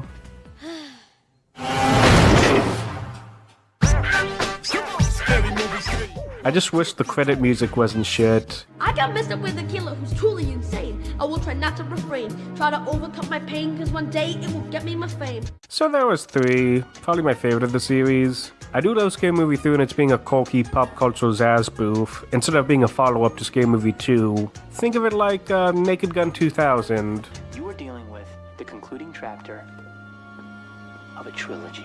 Again, I do understand the other criticisms for Scary Movie 3 and how it's more or less a legacy reboot that ignores the Wayans movies. As a trilogy, though, I do kind of appreciate how it ends on a high note. Like, Scary Movie 3 isn't the smartest, but it really is the funniest. It was my generation's introduction to movies like Airplane and Naked Gun. Anyway, for movies that copy Scary Movie 3, I do hope they copy the better aspects and none of the negatives. Well, I was wrong. I love showing people this poster and they were just like, is this a weird 4chan joke? And I'm like, no, it's a legit movie. Miss Castaway or Silly Movie 2 is the first spoof trying to rip off the success of the Scary Movie franchise, at least before post-production. I'm not going into a full serious analysis on this movie because I could barely do that for Scary Movie 2 and this is more like an intermission between the other 2 Scary movies. Watch Jormali for a better analysis. This again also falls under the category of don't make fun of movies people don't like. Yeah. So it wasn't Seltzer or Friedberg that started this trend, it was Brian Stoller. Even though this wasn't marketed aggressively like Date Movie, it still has the same DNA as the movies I've already talked about. Fuck this, man. I'm out of here. I legit don't want to talk about Scream spoofs anymore, but fuck it. Maybe I should watch the movies. Also, I highly recommend his Undershorts video. The humor's very Mad Magazine-ish, unlike this movie. The humor of this movie is mostly Zaz-inspired dialogue meets Scary Movie 2 style spoofs. Kinda like Scary Movie 3's humor, except it's not written by people who understand this type of comedy. You gotta be really smart to play someone really stupid. It's an art form. Zaz-inspired is probably generous because it just copies a lot of jokes from Airplane 2. Thank you, miss. We'll lock off. The taxi. Over. But instead of joking about Reagan, they just crash like John McCain. I should just spill the plot. It starts as a simple Airplane bootleg, but then turns into a more complicated story about Noah's Ark, apes, and Michael Jackson? The movie highlights the biggest problem with spoof movies post-Scary Movie, because they just want to combine as many random movies as possible, unlike Scary Movie where it just combined 2 movies, or Kentucky Fried Movie where this was just an anthology. Is this a spoof on Lost 2 or am I reaching? I'm used to spending time with the high rollers. These people here, way too low class for me. This movie also has a problem where everyone is just a dick to each other and it's hard to connect with them. Even at Scary Movie's worst, you can tell they're still friends, even though they're selfish. While for Silly Movie, no one really has chemistry with each other and it just falls flat. And Julie, I want you to have this. You might be asking yourself, hey wait, if this movie's made on Scary Movie 2, shouldn't you compare it to that? Kinda. Scary Movie 2 had a sketch format, while this and others are more anarchist comedies. Which, yeah, Scary Movie 2 can be seen like that, but every scene kinda ties into the main plot. House is haunted. Meanwhile, every scene here is just, we have Red Skeleton here, baby. See, I told you most movies would spoof Phantom Menace. Oh, beehive! Wait, this movie was made in 2004 and they made an Austin Powers joke. What the fuck? How outdated are these sketches? I feel like I'm watching a bad car dealership commercial. Just so that the comedy was like, oh my gosh. Yeah, exactly. It wasn't a joke that was 5 years old at that point. I know I should be nicer to a literal shoestring budget movie, but look at this. Y'all are really doing anything on green screen for cash. I should talk about the big star of the movie, Michael Jackson. He was friends with the director and he only did a few quick scenes. I want to make a Men in Black joke, but fuck it, just watch my Good Boy video. He's in the movie as much as Coolio was in Shriek. Maybe less because MJ literally phoned in his lines. Rest in peace, Michael Jackson. Who else is in this fever dream? Mel Brooks? Wait, no, that's not Mel. That would've been dope. Oh, oi. You do this to me every time. Maybe this game should be called Crazy Apes. Anyway, I'm gonna say this is a slight exaggeration of what spoof movies would be like when they copy Scary Movie. An extreme movie, if you will. Oh wait, no, that's just a bootleg American Pie. Also, fun fact, there's a serious remake of this movie called Mr. Lonely, so, yeah. Hey, Dexter, do you like Barney? Look at Barney. Woo! You like him, right? Yeah, he's gonna feel real good when I shove him up your ass. Silly Movie was like the calm before the storm of what these bad spoof movies would be like. There was a shittier spoof movie that copied more from Scary Movie 3 without understanding what made 3 so good, and showed mainstream audiences that these movies shouldn't be smart or topical, just dumb. And that movie was called... wait, Scary Movie 4? You wanna play a little game? So the year is 2006. The more meaty, grungy horror movies have been popping up, like The Devil's Rejects, Hostel, and Dawn of Dawn of the Dead, and some are remakes of older horror movies, so this could lead to a commentary about remaking older movies, kind of like a prototype to Scream 4. And what does Scary Movie 4 do? Just ignore that and just remake itself. We got an M. Night movie, we got a Japanese movie, we got an Alien movie, most of which aren't scary. Hell, I think one's just a response to 9/11. Things get parodied because someone or some organization's taking themselves far too seriously, and someone needs to flick them on the face and say, stop being so serious. So yeah, I'm not a big fan of Scary Movie 4. I feel like it went into the wrong direction that 3 was leaning into. Like, 3's a good scary movie, but I feel like it could have reached the heights of Airplane. I do see Scary Movie 3 as a Naked Gun 2000 type of movie. Well, for Scary Movie 4, I feel like it's the 2000th Naked Gun movie with how old and repetitive these jokes are. How did this happen? We don't do satire, and we have no point. We take scenes from serious movies and essentially reproduce them exactly, but the people in them are stupid. Gotcha. Zucco had no fucking idea. Zucco also tried establishing his own rules into this movie, but it doesn't really vibe with what the Wayans established. I was hoping they would bring me back. You know, I know none of the scary movies have really had the same male lead in them, so I didn't think I'd come back. You know, they change writers and genres in between movies too. There are some good background jokes in here, and it's nice seeing Cindy and Brenda sharing more than 3 scenes together, but I laughed more when watching It's Pat than anything in this movie. Plus, I was originally gonna do a longer analysis on this movie, but I think it's best to just speed through it like Shriek. If this video does well, maybe I'll do the original script. It's pretty long. Because one of the things we like to do is parody popular culture. We have the opportunity to take people from that popular culture and put them in the movie. I guess I can delve more into the opening with one of the film's biggest issues, the fake celebrity cameos. Which is an extension of what I said for 3, but now we have people dressed up as fake celebrities to make a quick joke. We got fake Mike Tyson, we got fake Oprah, we got fake Dr. Phil. Oh shit, that's real. I thought that was a Mad TV actor for a moment. Dr. Phil's my uncle and I like to hang with him. The Simpsons can do this just fine because, like the original Scary Movie, it's taking a character and adding something original to it. Like McBain is supposed to be Arnold, but I see a bit of Stallone in there. Plus, the only counterfeit animation is Satoshi, where it's always an exaggeration of an actor. Well, this hits the uncanny valley. I feel like I'm watching an AI-generated Mad TV sketch. What is that? It's the unknown. It really diminishes when an actual celebrity cameo shows up, like James Earl Jones. Also, remember when the Jeffersons showed up for a 1-second cameo? I fucking do. Rest in peace, Abrams. And I'm doing it with Shaq, who I have a great deal of respect for, and he's actually a good actor. Well, you haven't seen Shaq act. Lastly, we're gonna go a full hour before we do another Saw spoof, which sucks because I feel like the original Saw trilogy was gonna be like the Scream trilogy, where it had its own cliches and could be mocked. Are you telling me these transitions wouldn't be amazing jokes? It's literally like Naked Gun! Reproduce them exactly, but the people in them are stupid. That's what we do. I'm still wondering why they didn't just do a Final Destination and Saw spoof. Like, 3 was right there, and it could have been a great mashup. At least the Saw room was reused for Saw 3, so that's something, right? I love comedy. I like to laugh. Scary Movie 1, 2, and 3. It's fabulous. So the movie opens up with Tom. No, not that Tom. New Tom. Old Tom is dead, just like half the cast of 3. Is little Annie an orphan? I have no idea. Okay, maybe not Cody, but they do say he's in the military, and he's not there when the military shows up. So I'm gonna assume he ate a grenade. I am not a Randy substitute. I'm my own character. Named Ricky, who works at the video store.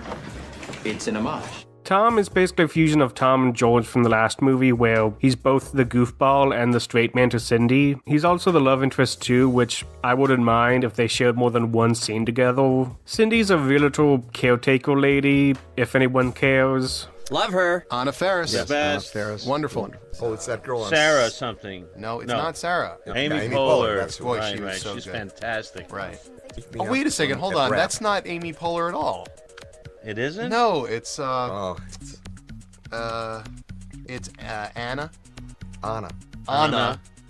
Anna Kana. Oh, Anna here's the- Faris. Anna Faris. Anna Faris. What happened to her? I don't know. Tom also has a son and daughter because the mom has the drug written. Oh wait, no, they're divorced. And kind of like what George was hinting at the end of Scary Movie 3, Tom's whole deal is that he wants to be a good dad, and that's most of his personality, alongside some other dialogue. You never cared about our children. Hey, that's not true. I'm a great dad. Ever since the divorce, it's like my life has no purpose. You know what the problem is? As soon as the going gets tough, you give up. Ah, God, that's that's awful. What a pisser. I think the difference between this and the cliched writing of Airplane is that we did see the full picture of the relationship in Airplane and the funny reason why it failed. Meanwhile, in here, we don't really see anything, and we should really focus on the kids. The kids are important. It doesn't really help that he beats the shit out of his 6-year-old daughter. Like, with Cody, it was fine because he was kind of a creep and transphobic. Well, for this, it's just more mean-spirited. Another issue for the movie is that the timing's really off for the slapstick. Like, it has that Harold and Kumar style timing, and some scenes just go on for way too long, like this scene. This is like the most 2006 PSP movie I've ever watched. If they just shaved off 76 seconds, I'm pretty sure the movie would have landed better. Even I'm getting bored at this point. Can we watch another movie? You know what? This is the only channel where we get in here. This doesn't feel like a movie made by the same team as Naked Gun. This feels more Spy Hard in nature, where instead of focusing on the crazy slapstick elements, it focuses more on drawn-out jokes, shitty green screen effects, a plot I still don't get, and just trying to be edgy for the sake of edgy. We did. Can't say Jack. It's a historical. Of course it's a historical can. reference. They You can say say it that. in the movie. Yes, I know. Look at. He's quoting the movie. Look, I have many Japanese friends. Oh yes, of course. Well, here we go. Here we go. Some of my best friends are Japanese. Oh boy. The Yellow Man is among my most treasured. The racism from 3 comes back and it's just awful. I think what's worse about the Grudge joke, besides being xenophobic, is that it's a very basic joke that has zero thought put into it. And it's supposed to be a payoff for the 20 minutes of Grudge spoofing, so yeah, it sucks. The Wayne's movies were offensive and disgusting too, but they were full of things to discuss and commentary that you could defend. Honda, Mitsubishi, Subaru. Cheeseburger. Cheeseburger. The movie continues with whitewashing black comedy and adding more hip-hop stars. We're not parodying rappers, but it's great to have them in our movie. So to be able to have people like Chingy and Little John and Fabulous. Who? Who the fuck is Young Bloods? Didn't I play Left 4 Dead with you when I was 8? The only time you had a relevant hip-hop artist that could act and you just cut him from the movie. Great, fantastic. And it's so funny because at the audition, there mostly were Oprah lookalikes because the breakdown said we're looking for lookalikes. This is basically just SNL at this point where it's just a Mad Lib of the week. Instead of being like In Living Color meets Scream or Kentucky Fried Signs. I saw this movie when I was 9 and I feel like this movie was made for elementary schoolers. Like, the humor and satire are very juvenile. Like, what the fuck are we making fun of here? Post-9/11ism? Or that Tom Cruise can be eccentric? We had originally this philosophy that for parody, the best actors to cast were straight actors. That comic actors or people known for comedy might get in the way of the parody. And this would interfere with our design of how the parody would work. And really, with the Scary Movie franchise, we've discovered that that's really not a hard and fast rule. Another reason why I think Scary Movie 3 succeeded was because of Simon Rex. Like, he was cut from the same cloth as most of the characters from Scary Movie 1 and 2, where he's half a spoof of an existing character and the other half is being his own character that mocks the white savior trope. But the people in them are stupid. While Tom is literally unironically just the white savior trope, and the movie really likes focusing on him. We could have had a Brenda and Cindy road trip, but no, we gotta have a bootleg Tom Cruise fighting Oprah. Back off. I guess we can delve into the other two characters that were downgraded in this. Okay, maybe it's 4. I'll start with Brenda. She's back and she's basically the Kenny of the movie, which I don't like. I always saw Cindy as the one that always died during the movies, and they kind of flanderized Brenda. Just let her be the Randy of the group instead of being a slut. She's just very good at picking that pop culture stuff. Mr. Cosby, don't make me take that pill. President Drebin's back and has fuck all to do with the movie. Not the Trinitron! Like, he's only in the movie for 10 minutes and interacts with no one from the main plot. I'm surprised they didn't do anything meta with him where he says, "Oh shit, again?" I swear some of his scenes feel like they should be playing in the credits of the last movie. We had written more, shot more. There were things we'd written and not shot. The big scene in the Situation Room. A lot of stuff we shot and didn't write. This really feels like they had no idea what to do with a sequel, so they tried redoing everything, but worse. Hell, even the Wayne stunt doubles barely interact with the cast too. Wasn't MJ an alien in the last movie? What the fuck are we doing? It's always a good feeling when you come back. You know, it makes you feel like you did the job you were supposed to do in the one before.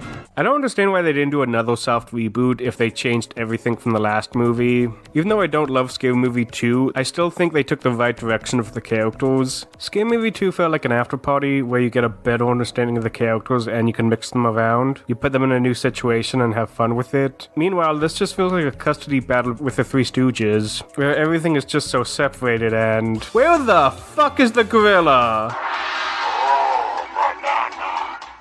He isn't even a deleted scene! I was promised a gorilla! Where the fuck is it? What was that? Yeah, there's a big joke in here that we cut out, and you'll see why. Kill the moron! See, he said it. Get it? Yes. I should mention the other random cameos in the Village section too, where we get Chris Elliott, Carmen Electra, and that guy from The Grudge in very brief cameos. I can kind of understand if this was a homage to the Wayans movies, but they literally just do poop jokes and bootleg Futurama lines. We now have a majority of those who wish to say I'm instead of I am. I'm for that. I am against it. Like, why is Chris Elliott a bootleg doofy? He even kills the Grudge guy and gets off scot-free because of shitty writing. You know what? I feel like Tom should have been played by David Sheridan. Like the wind, baby. Like, it would make sense for him to redeem himself a la Ray, and would make way more sense why he's in a saw trap. Your final challenge. What's Frank McCluskey?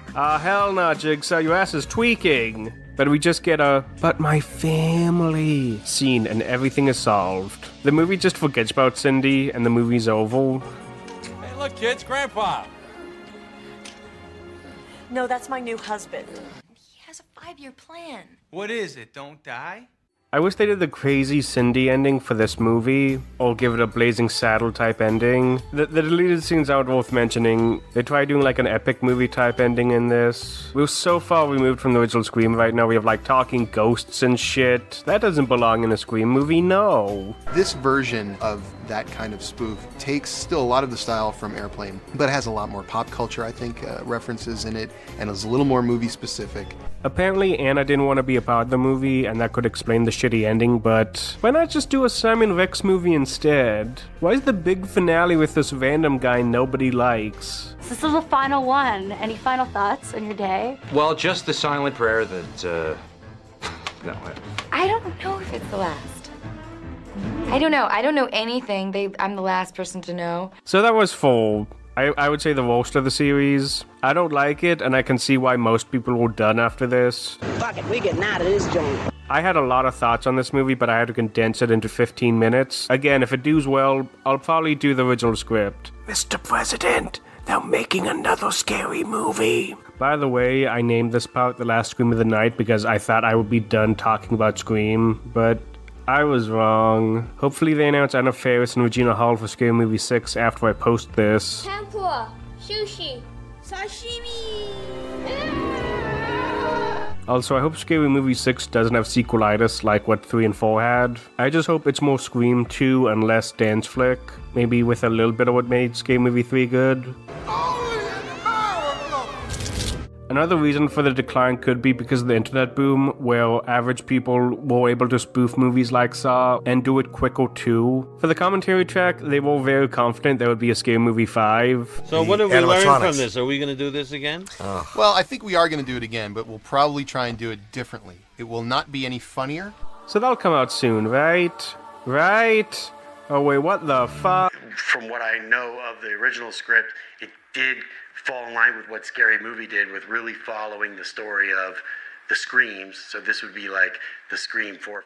You got to have Peters! Peters! Papa Cristo Peters! They got everything. I'm gonna just give you a rundown of some of my favorites. They got Tzatziki. Hold on. Octopi tequila. Well, whatever, but it's good. Abolamano soup. Up next, Scary Movies.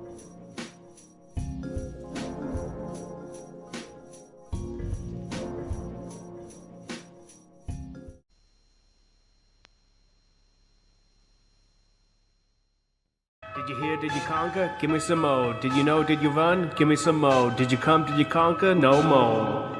Let's talk about the people who were behind the original Scary Movie, Jason Friedberg and Aaron Seltzer. They came to fame because Jason's dad directed the first movie they wrote, Spy Hard, which is purely a bootleg Naked Gun movie, maybe a precursor to Austin Powers. And Weinstein buying their follow-up script to that called Scream If You Know What I Did Last Halloween, which was never used for the Wayans Scary Movies, but they still got credit for it because of some similarities. I don't think it was the right choice. Like, go through my videos and count how many times I mix up Cindy and Sydney. Kinda weird seeing Sydney as Sydney while she's clearly based on Casey. Also, I realized they picked the Casper mask because of that one scene from Scream. Cut, Casper. That's a wrap. Oh my god, that's so funny, so hilarious. Totally worth Harvey spending 7 figures on a script. Anyway, on that technicality, they were able to use that clout to make their own spoof movies in the mid-2000s. I just realized they never did a spoof on Scary Movies post-Scary Movie. I guess they were trying to be like Mel Brooks, but it's just all high anxiety. Why do you keep saying that? Because internet blockers love it. Kinda weird the Wayans did Scary Movie when they're Scream clones, and Seltzberg only shows up when Zucker is successful. They're like the ultimate copycats. They're also failed drama writers too. That's gonna be important later. This is a very interesting part in the movie when you think you just sort of know where you're going. I'm gonna be talking about the other not Scary Movie 5s because, fuck it, when I was growing up, I always saw trailers for these types of movies and they were just called Scary Movie 5. I guess it was a meme. People made videos on it. My name is Inigo Montoya. You killed my father. Prepare to die. Let's have my good friend Pester Guys to help me out. Thank you. Welcome to our commentary. Also, thank you, Octavius, for the thumbnail. Okay, so here we go. I want these motherfuckers, Jason Friedberg and Aaron Seltzer, I want their damn heads on my table tomorrow morning. Okay, so Epic Movie is one of the spoof movies post Scary Movie 4, and to many people back in the day, we kind of thought it was Scary Movie 5, mostly because we were either 8 years old or potheads. But Seltzerberg cracked the formula on how to properly rip off Scary Movie. It's a shame they suck at everything else. We filmed one motion at a time, 17 cameras. Stop motion. The opening's probably the highlight of the movie. No, wait, not that one. No, that one. Wait, why is Magneto the principal? No, I mean the Wonka segment, which looks better than any crypto scam. I like the idea of picking a children's movie that is kind of fucked up and pushing it to the edge. Plus, making a close friend of Depp to be Willy Wonka is icing on the cake. All that's missing is the They Might Be Giants song. The things that work, they work, but it's just only like about 2 things. The execution is bad, but I do appreciate the idea. It's probably the most expensive set these jokers have worked on. I can't say the same for the main characters because 2 are legit bootleg characters of Brenda and Cindy. They have lines that are very similar to the ones from Scary Movie 3. Peter alone. He was just sticking up for her. I can take care of myself. Here's the 611 on that. That's phone repair? You mean 411. We're a family now. We're a family now. I thought you were dead. Oh, I thought you were dead too. The other guy is just a complete nobody. Oh right, Carl Penn is in this movie. I would make a Harold and Kumar joke, but the movie already did, so fuck you. They can't even execute good jokes, but they can kill comedy. Welcome! My name is Harry Potter. Oh, thanks. We also get some people from Scary Movie to confuse the audience too, like Carmen Electra, Daryl Hammond, and Kevin Howard. Dude, why the fuck are you here looking like a damn Chappelle Show bit? No one in Hollywood has a memory of going to a sold-out Kevin Hart show. It's like some Timu White chick shit. We have Cat Williams in this too. Something in my groin tells me you're not used to a talking beaver. My name is Harry Beaver. Nice beaver. Thank you. I just had it stuffed. Let me help you What with do that. you think a I feel like the cast here is decent, but the jokes are very undercooked. You know the rules of 3? This movie just does 2, and it's missing the payoff to it. I'm a fawn. Half man, half goat. Oh, so you mean... Yeah, that's good a goat. Lie man, half lion, half man. So you mean you're... My father, Siegfried, boinked a lion. Also, I should mention the villain's name is the White Bitch, and I thought that was the funniest shit when I was 10. I thought it was some highbrow parody shit. Hey, honey, I'm home. Hey, buddy. You miss me?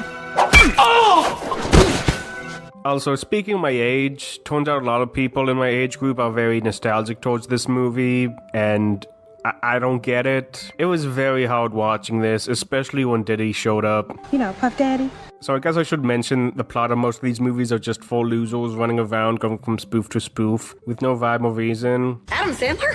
What are you doing here? Waiting for them to play Gangnam Style. Similar to Silly Movie, it's just random movies from the past few years, but they don't do anything interesting with them. I feel like I'm watching an Elsa Gate video pre-Elsa Gate. You mess with me, you messing with the best. That's not Cockroach Tony Montana! It also ends like the more recent Final Destination movies. A running theme, I guess. I don't know. Are you retarded, perhaps? Well, guys, parents must have been retarded. I feel like they should have been YouTubers instead, where they just put random clips on YouTube. You know, they got a good Samuel Jackson impersonator. They got a good Johnny Depp impersonator. I feel like they wouldn't get a lot of hate if they just stayed in their lane and not act like the gaming Brit of spoof movies. They do some trolling on the commentary track, and instead of sounding like Tom Green, they just sound like they're up their own asses. This movie works on at least 1.5, if not 2 different levels of, okay, yes, they're flying through space right now. They're flying through space. But what does that mean? What is space for them? How does the film start? Well, the film starts with man trying to find out about man. Where is man from? What is man's humanity? They sound like a bootleg Only Plays bit. Are they fucking dead, by the way? They stopped doing shit in 2016. Also, I feel like this was like the original plot for their Scary Movie 3 script. Like, replace Lord of the Rings with Narnia, and it's basically the same thing. Click. Also, kind of ironic, the side series is what Harvey wanted Scary Movie to be like, where it gets pumped out yearly for cheap. Dude, you're doing a shit job analyzing epic movie. I don't care, let's just do the next movie. Everything they say about me is true. I'm a phony. I got no powers. I got no right to be pretending to be the Wiz. I got nothing. Hocus pocus. Nothing. I'm just plain old Herman Smith from Atlantic City. Now for the big guns of the video, starting with superhero movie. I wanted to do a superhero movie video when I was doing my Frank McCluskey video, but I'm glad I did BFL instead. Like what Scary Movie did with the Scream trilogy, superhero movie tackled the Spider-Man trilogy, kinda. The only mention of 3 is this deleted scene. And this is better and more accurate than the Raimi movies too. And almost as funny as the post-Raimi movies.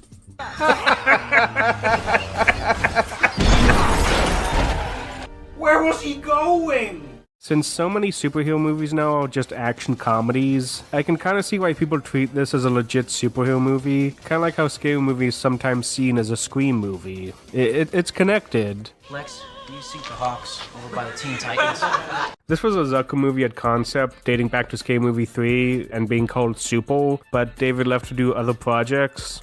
I think we just thought, yeah, how about these superhero movies? And they already are almost spoof to begin with, so you know, you have to push it a little bit further. This was then written and directed by Craig, and I think he did a good job handling the project. He wrote the whole thing and directed it all. Not that he wanted to take over anything, but he was more than ready to do this. Wait, he wrote Senseless too? Kind of ironic he went from comedies to succeeding with dramas, while Soderbergh did the opposite. Sort of a yin and yang situation with them. Huh. If they didn't piss off Marlon and Free Requiem, they would have been a decent drama team, which would have... Focus! Right. They're the best spoof movies of all time. Airplane and Police Squad, which turned into Naked Gun, and Hot. So the movie opens up with future Spider-Man actor Drake Bell, and that's all I'm gonna say about that. Well, that's not fair. I do think Drake has some good reactions in this, and I do kind of wish he was in more Zaz projects, which makes sense. Both of his dads are in Airplane. I put him up there with Charlie Sheen and Anna Faris and Simon Rex and Regina Hall is just great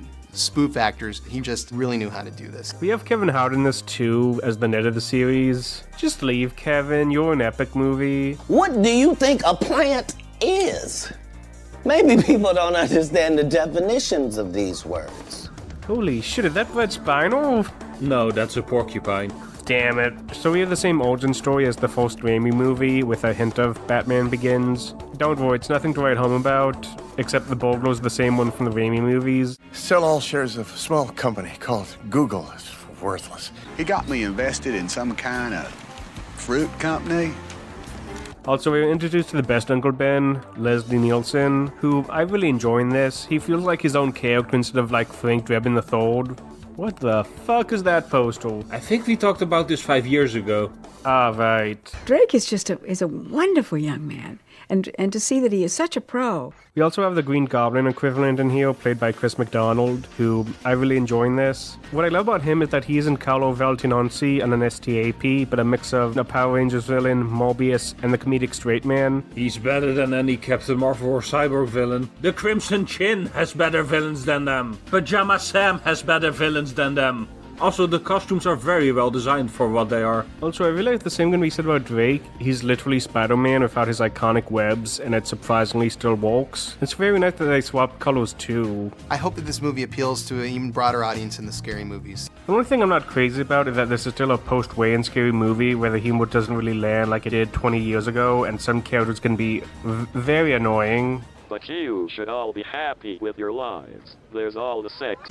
I would say the jokes hit about the same as the original Scary Movie. Like a solid 3 out of 5 jokes really land. The doctor scene is almost like a Simpsons scene with how good it flows. $1,000, but your ad says no money down. That was last one. This new promotion's proving quite popular. That's true. I guess what I really hate about the movie would be the pop culture jokes on the fake celebrities again. You just hate fake celebrities because you thought they actually got the creator of Pac-Man and Pixels, right? The famous celebrity. The creator of Pac-Man. Everyone knows his face. Shh. And yeah, I thought he was real. I just read, that's an actor. Of course. I'm sorry. Was there a moment where you thought that was actually really the guy? Look at him, he did. Yeah, he did. I love how they stopped doing the random hip-hop cameos the moment MF Doom shows up. They were probably just like, who needs this MF Doom guy? We have fake Stevie Hawkins here. I'm sorry. It's okay, Batman. Another thing I would praise for the movie would be the plot. It really twists up the Spider-Man formula, which might have inspired No Way Home. Drake also meets a lot of superheroes that don't overshadow him, like Johnny Storm and the X-Men. Probably the only time we'll see them on the big screen. Hopefully it'll happen again, because this is like the micro-penis of X-Mansions. The one from Epic Movie looked better. Well, this is where Major Klug lives. I grew minors! The budget for this movie is clearly being stretched, and it does kind of show its limitations. This was so close to looking like Iron Man, or a current MCU movie. All right, man, why don't you eat some lightning bolts, chump? Anyway, after spoofing Sad Boy storyline in the movie, we're at this big finale at an award show, Comic-Con type thing, which, fun fact, was going to be the Super Bowl. This movie was so close to being brilliant. Is that a steampunk gender bend Joker? No, that's a porcupine.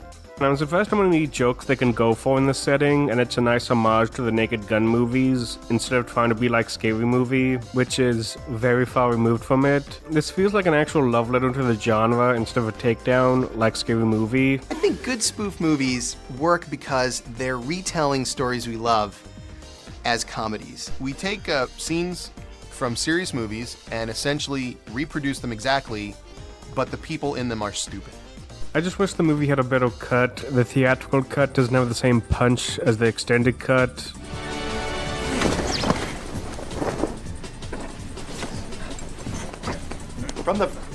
Lift it over. I'm glad both cuts are on the Blu-ray and it's just an extended cut instead of the unrated bullshit. I had to buy Scary Movie 5 twice. Also, fun fact, the extended cut is shorter. I have no idea. As long as the energy stays green, we are safe. Oh, fuck. Are the deleted scenes any good? You went crazy about those cut scenes from Free. Not really. There were a lot of deleted scenes here that are about 3 minutes in total. There were a few good hourglass scenes in here, but there's nothing else worth mentioning except for like this reused joke from 1. I'm not saying the extended cut is perfect. I do wish they removed more of the Stephen Hawking stuff. The alternate ending is good too. It really fits with the Spider-Man story, although it does copy another Sandlerverse movie. Call me the Incredible Black Cock Rooster. I'm sure you've heard the legend of the Great Black Ninja. I haven't. Is that you? Some say it is so. What do you think a plant is? I should talk about the full hourglass cut where it restores some deleted scenes, cuts out the bullshit, and adds some Spider-Man facts in it. Definitely not perfect, but it's very close to what Zucker wanted Super to be like. It's definitely close to being my favorite of the series, but it does highlight a problem where the first act is definitely the best act, no matter what's cut or restored. All right, how about this? Go ahead and throw as many punches as you want. I bet you $100 you don't land one. Easy money. Again, I do think it's a good movie, but I feel like there's a better movie inside it that could have lit the world on fire, like the first Scary Movie, which isn't unfair to say because the movie was originally going to be like Airplane, but forced to be more like Epic Movie. I feel like this movie would have done better if it was at least closer to Spider-Man 3, similar to how Scary Movie and Scream 3 came out the same year. Instead of being sandwiched between 2 Selzerberg movies, one of which also having a Spider-Man 3 spoof and Play with 3 Silvio, and the other was marketed as a sequel to superhero movie in Brazil. That sucks. If you want more thoughts on this movie, check out my buddy Swords. He's working on an essay for this movie too. We like to call Kevin Magic Time because, see, when Kevin shows up, it's magic time. You know, he's just great. Plant! Anyway, Selzerberg Mania was still happening with a lot of other movies popping up, usually movies that tackle other genres like sports or dancing. However, there was one that was very good.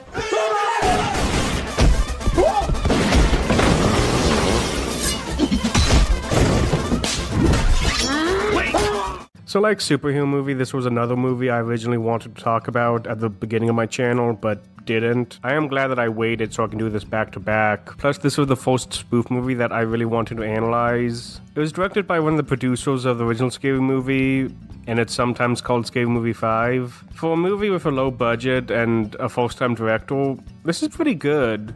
Van Helsing. Let's go. So the movie begins at this video store with this bootleg J character, Stan. He's from Jersey and he's kind of a loser. Hey, I stand Stan. He does Sam and Max bits and he's tasked to bring some DVDs to Mr. Plinkett's house so he can watch in movies. Yeah, the DVDs are very important. Oh, that's a nice Easter egg. It's all connected. Yes, the real Scary Movie 5. I do think the movie really lands with the video store scenes. It's a very good mix of Naked Gun and Wayne's humor. Maybe a little bit of Seltzerberg, but it's okay, I guess. Here we go. Will this shot stay in the movie? Michael Jackson died. This really is a cemetery. Now we feel kind of weird about this. Yeah. It has the same spirit as the first Scary Movie with the monsters. They look like they just came out of a Billy and Mandy episode. Most of the villains are from franchises that were already rebooted around this time, so it's timelier than doing a Nacho Libre spoof. Yeah, it's very smart because these can be seen as the parents of Ghostface. Also, nice detail that Jason's actor in this was from Freddy vs. Jason, and Michael having the same mask gimmick as Ghostface in Scary Movie. I love how the only slasher here that is kind of irrelevant is Chucky, because the last movie was a few years ago. It kind of looks like a letterbox top 4 with both of a nation snuck in. I guess it's because of the Jersey connection. Wild. The plot. Oh, yeah. The storyline is there are 4 friends who are headed to an awesome Halloween party. And they never make it to the party. Oh yeah, the plot is that Stan and his friends have to return some tapes to this Silent Hill type town while avoiding the villains because they hate Stan's bloodline. Yeah, it's like Castlevania, but with weed and bootleg House of Elcrests. And before you ask, Kenan Thompson does not fly in this movie. Man, there's a lot of superheroes in this first half, man. What the fuck?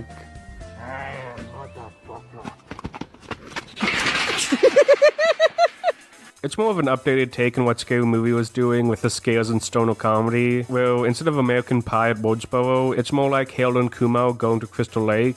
At least it will be longer than Gizmo. It was literally 5 minutes! I would say this is a very solid attempt at mimicking Scary Movie while understanding what made the original movie good. Even though it's not as great as 103, I do think it's a good stoner comedy. It's just good comedy, period. It makes me laugh. But you can make it funnier by smoking a doobie. He made me laugh. Really, he just makes me laugh. Yeah, I do think Stan Helsing should have been remembered as an evolution of the Scary Movie formula, like superhero movie, instead of a knockoff like epic movie. You are Van Helsing, the monster killer. Oh man, not you too. Look, dude, it's Stan. It's Stan Helsing. Hey, Tone, they said Van Helsing will come to town, but he said his name's Stan. It might be a lie review storyline. So we're at the town part of the movie where we got some good jokes and meet some colorful characters. You know what we need? A famous spoof movie actor. And Mako Trans too. We got Leslie Nielsen in one of his last spoof movie roles, and it's pretty good. Very dry and sassy. Extra mayo, french fries, and a triple chocolate shake. Would you like that in an IV? It's quicker. I love how Leslie just appeared in these low-budget spoof movies, except for the Seltzerberg movies. Like, he was just done with them after doing Spy Hard.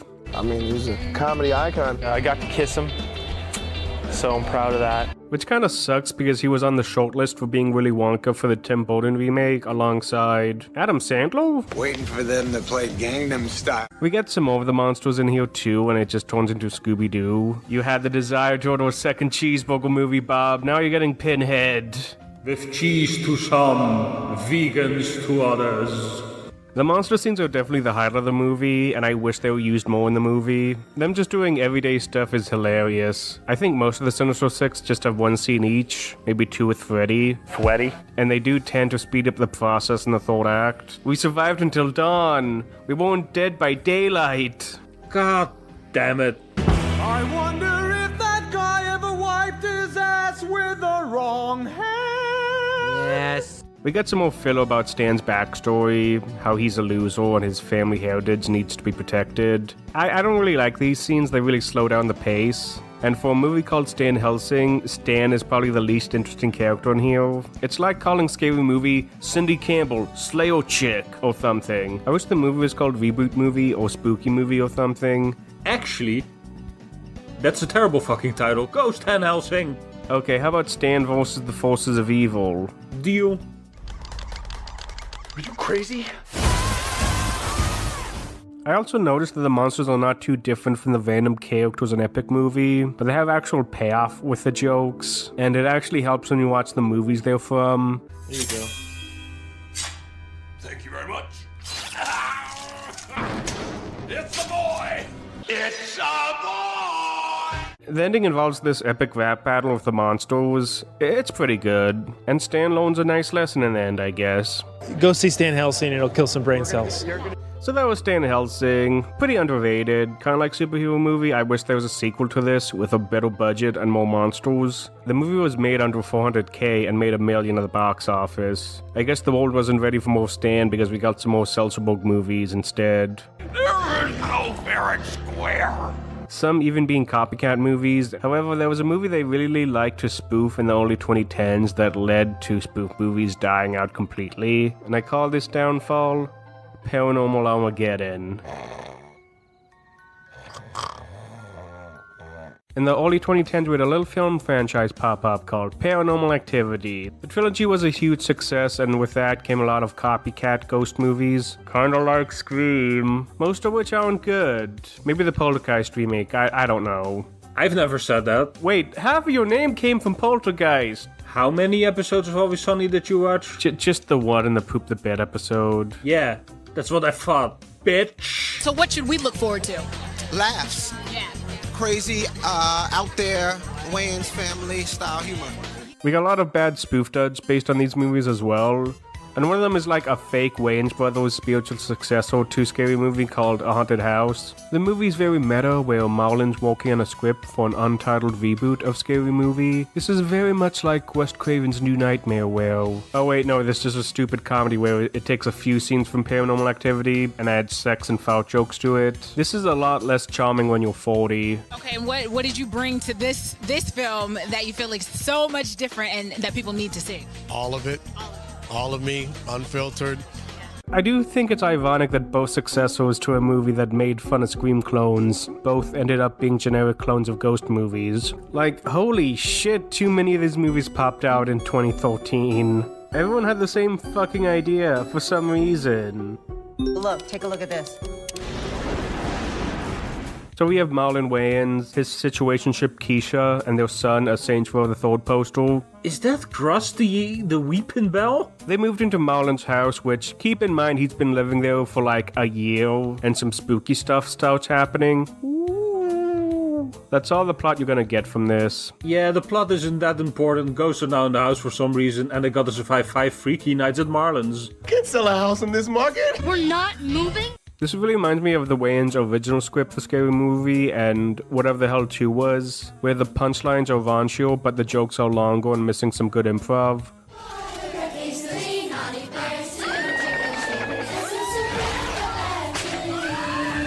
I do wish this was more of a deconstruction of the haunted house genre, like what Scary Movie did with the Scream ripoffs. I do have a disdain for the subgenre similar to Marlon's disdain to Scream in the 90s. And spoiler alert, none of these films do it justice. Oh, okay, maybe that one was alright. It's kind of weird they didn't make a Pode spoof. Oh. Wait, that's a better haunted house, what the fuck? Plant! I do give credit how it matches the same budget as the Paranormal Activity movies. However, it does make the movie look more like a low-budget comedy with foul jokes just added in.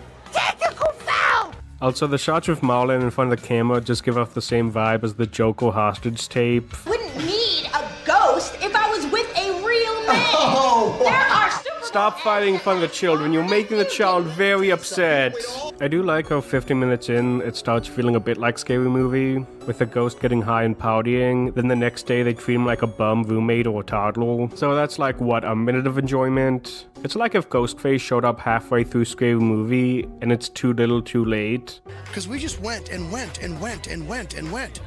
And many times I was thinking, how are they going to put this together? And then I saw it, and I was like, wow. We also get a scene with fake Shawn Wayans doing an Ed, Edd and Eddy bit. That's kind of funny. What happened to your furniture, cuz? Let's just go to the last act, where it strangely rips off more from Scary Movie. I know what you did last summer. I would be praising this movie for the homage if it wasn't so lazy and half-baked. Yeah, maybe your shitty title for Stan Helsing would be better for this movie. Thank you. Oh, look at all these weird markings. Oh, Keisha was here. She has a sign. Also, who's holding the camera in this scene? A good spoof would make a joke about this perspective bullshit. I don't know any better. Something's wrong. When you see the movie, you're gonna be like, something's wrong. Anyway, we get a possession, a decent joke on PA3, and they literally beat the shit out of the demon. Yeah, make it die. Make it dribble like me. Oh, yeah, nice execution. We then get a sequel. Fucking quiz!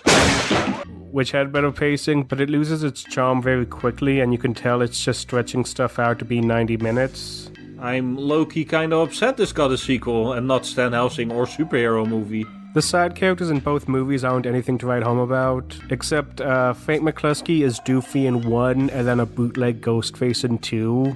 I feel bad for anyone watching this and thought it was a true follow-up to Scary Movie. What type of money can they expect to make in round 2? We asked boxing champ and well-known gambler Floyd Mayweather Jr. to lay down a prediction. 50 million. 50 million. I love how this duology just ends with everyone being murdered. No, not in that like that goofy Scary Movie way. Everyone is just butchered and it's like, okay, bye. He's amazing. I mean, the focus is laser. The funny is so funny. I don't want to be too mean on Marlon for this duology. I do respect how humble he's become in recent years, and I am glad 6 is a Wayans family movie again. Oh, fuck off! I do wish these movies were in the oven a bit more so they could spoof Hereditary and Ready or Not. Also, I think him's the closest we're gonna get to an elevated horror spoof. No, we groomed you! There was also some feuding with Marlon and Harvey because they both wanted to spoof Paranormal Activity. They tried to take the ideas that I had in Haunted House and apply it to Scary Movie 5. But you don't know the formula. Also, fun fact, both movies are gonna come out at the same time. That would have been crazy. I think it's just a coincidence, even in this market. Plus, you can't say High School High is a ripoff of Don't Be a Menace. It's all about execution. Yeah, like writing an essay on Scary Movie. Hey, yo, I was the first one! Scary Movie 5. 5. So, we're finally here. 8 years since the last Scary Movie, countless fake trailers, memes, and a decent retrospective series, we're finally at Scary Movie 5. A walk-on speaking role in Scary Movie 5. This is like Kingdom Hearts 3 or Duke Nukem Forever. I can't believe I can finally see it and... What horror movie? The one with the cabin in the woods. Friday the 13th? No, the one with the cabin in the woods. Texas Chainsaw Massacre? No. Yeah, it's not good. Before I get into that, I do want to mention the backstory. Scary Movie 5 was greenlit right after Scary Movie 4 and went through a lot of rewrites until it turned into a reboot with Ashley Tisdale. It would mostly spoof Black Swan and Paranormal Activity, with Malcolm D. Lee directing. I would have preferred spoofing Scream 4 for a reboot, but I digress. And can we talk about the title? Stab? What, just like the original? Just call it Stab 8. It's fucking Stab 8. You're not fooling anyone. Surprisingly, his cut was very good, some say on par with Scary Movie 3, but then Harvey showed up and was like, "We need to be more like Mama. Reshoot it." And David Zucker was hired for the reshoot, which was like 70% of this movie. Don't worry about a thing. As the director, I'll walk you through it and... Doing this series has made me realize that David Zucker is kind of an asshole. Hope we'll do something together again sometime. Absolutely, let's do it. They really should have brought Craig for this. The reshoots probably explain the weird dated parodies even at the time, like the Inception stuff. Yeah. Did the director Malcolm Lee let you explore that, or was everything on paper? Yeah, Malcolm Lee let me explore that. He was just so sweet. And so there's a good film in here, but it's very hidden with the reshoot bullshit, which makes it feel like epic movie. So I really enjoyed the film, you guys. It was really fun. You're smiling. That's a good start. Yeah. So let's begin. We open up with some unfunny gags with Charlie Sheen and Lindsay Lohan. If you want my full thoughts on this, please rewind back to my haunted house segment. Plus, it obviously takes place during the daytime. What do you mean it's nighttime? It's day. No, it's night. It's doobie day. Oh, fuck. I got poopy. The casting here is weird. I can kind of get it if it's like a passing of the torch thing, well... Okay, never mind. We have Simon Rex here as the brother again. I know I praised him a lot in my Scary Movie 3 video, and he does have some good jokes in here, but he's just too dumb in here, and he has zero chemistry with Ashley. No, yeah, I was definitely like a square nerd so guy. Funny. I loved it. He doesn't have a lot of rhythm, he can't dance. Isn't this character's name Dan Sanders? God, I hope he isn't here for Gangnam Style. He isn't. So the plot is that the Sanders have to take care of Charlie's very white kids in this house, and holy shit, some of these jokes are cut weird. Like those cuts to 10-second clips where the punchlines are very undercooked.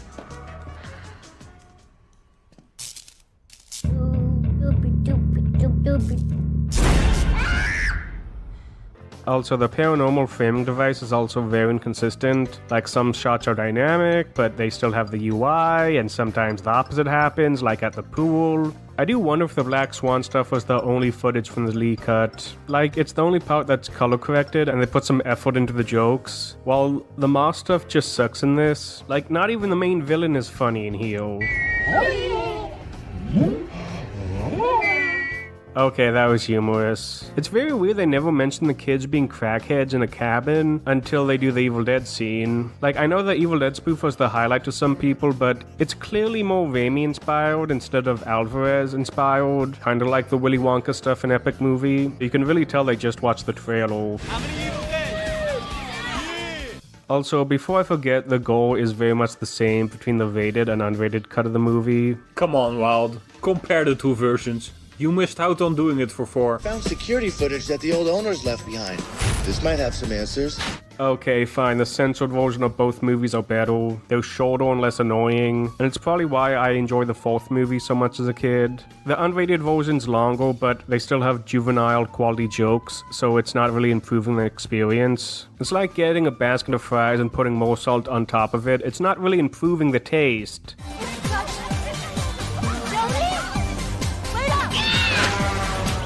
It's probably the reason why 3 and superhero movie are more interesting to talk about, because the humor for both movies are very different to the theatrical cut. Dang, I thought you would go full Morbius mode and piece together Scary Movie 4.5 or something. I would, but the behind-the-scenes features are very lacking in the Blu-ray. You gotta fill it up with Apes and Ted and Evil Dead. Is this supposed to be 2013 or 2024? Time is a flat circle. Also, it just hit me that Perfect Blue and Paprika were the main influences for the movie spoofed here. Zucker ripped it off like a Satoshi Kon artist. How do you like my blue room? It's red. Oh, I'm colorblind. My decorator assured me that... It's still kind of weird seeing Mike Tyson in this, but You were too old to be in it, you think? Well, I don't know. Like, Right. they wanted to, like, revamp the brand or whatever. It's funny how Kevin Hart said no to being here, like everyone else from the series, but Cat Williams said yes. Also, I've got to mention the first video that American Pie was a result of the success of Scream and helped boost the Y2K era of teen sex comedies, which makes the combination in the original make a lot of sense, while in here it's like, I don't fucking know. Are we funny? Are we? You were funny. I should talk about the positives though. And he has one thing 4 doesn't have: funny jokes. Yeah, that's a low bar, but there are just some jokes that just stick for me for years after watching this. He made me laugh. Nothing could beat me seeing that American Psycho meme a week after I saw Requiem for a Dream. This movie kind of makes a lot more sense in this post-ironic meme era, I guess.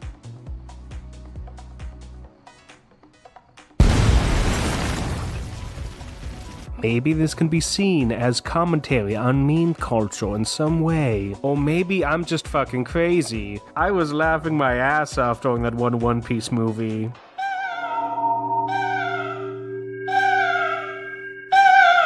The cheap sloppiness makes me laugh too. Half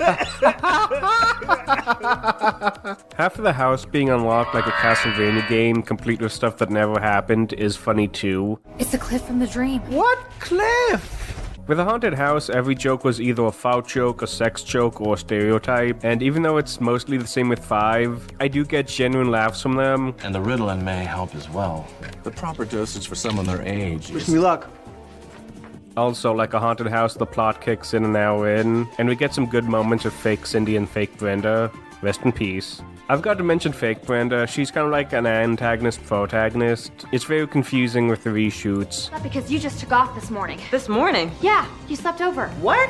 But this morning at rehearsal, you said, I can't have the whole cast knowing my business. They're fine, I guess, but not as funny as the original. I do find it interesting that for Scary Movie 5, they tried replicating what made Cindy and Brenda so good in the sequels. And for 6, they were just replicating what made the originals so good. They're doing an In Living Color movie instead of the 15th Naked Gun movie. Did you see it? I didn't see it. I didn't see all of it. You walked out of it. Anyway, after some family talk, which is what, like the 3rd fucking time here? Am I getting attached to them? A precious child. Welcome. They kill Ma and become a happy family. They grow up so fast. No, seriously, shouldn't the baby be 1, not 5? Johnny Storm was pregnant with Franklin. God damn! I love how 5 ends like wrongfully accused of the most nothing burger joke ever. And a post-credits scene that copies Don't Be a Menace. Oh, fuck off. We have a fucking gag reel credits scene and a post-credits scene? This movie's 80 minutes long. Why the fuck are there 3 openings to this? Fuck it. It's a full circle. It's fine. The ring? The one with the cabin in the woods. So, just to remind everyone what happened post-weigh-ins, we got a Naked Gun movie trying to be black, a sequel trying to be a remake, an airplane-type movie trying to be like Epic Movie, and now a reboot trying to be a sequel, catching up with everything that it missed. When you see the movie, you're gonna be like, something's wrong. So that was Scary Movie 5, and like this video, it was an attempt. I'm not against Scary Movie 5 in concept, but the execution is terrible. Blair Witch Project. No, man, the one with the cabin in the woods. The monsters. That wasn't in the woods. That wasn't even a damn movie. I'm not against a reboot of Scary Movie with a new cast, but get David Zucker or Harvey away from it. You know, I would like to have said in 25 years the rights revert to me or we get to split them, something. I'm glad Scary Movie 6 is coming out, and I hope it's good. If not, at least I have The Blackening, the real Scary Movie 5. I thought this was going to be a big takedown of Scary Movie 5. I was, but the announcement of 6 kind of took the wind out of it. I originally wanted to compare Scary Movie 5 to 1, but since 6 is basically a more accurate reboot, I'll do that for the next part. Maybe I'll include the movies that I missed and call it, No More Scraps. Paramount loved it and everything, and then hired a young director, and they hired young writers. I'm not going to comment anymore on what they've done, but it's obviously, you know, it's not what we would have done. That's what we do. I think that's probably accurate. I do have a better idea for the finale of this, though, and that is...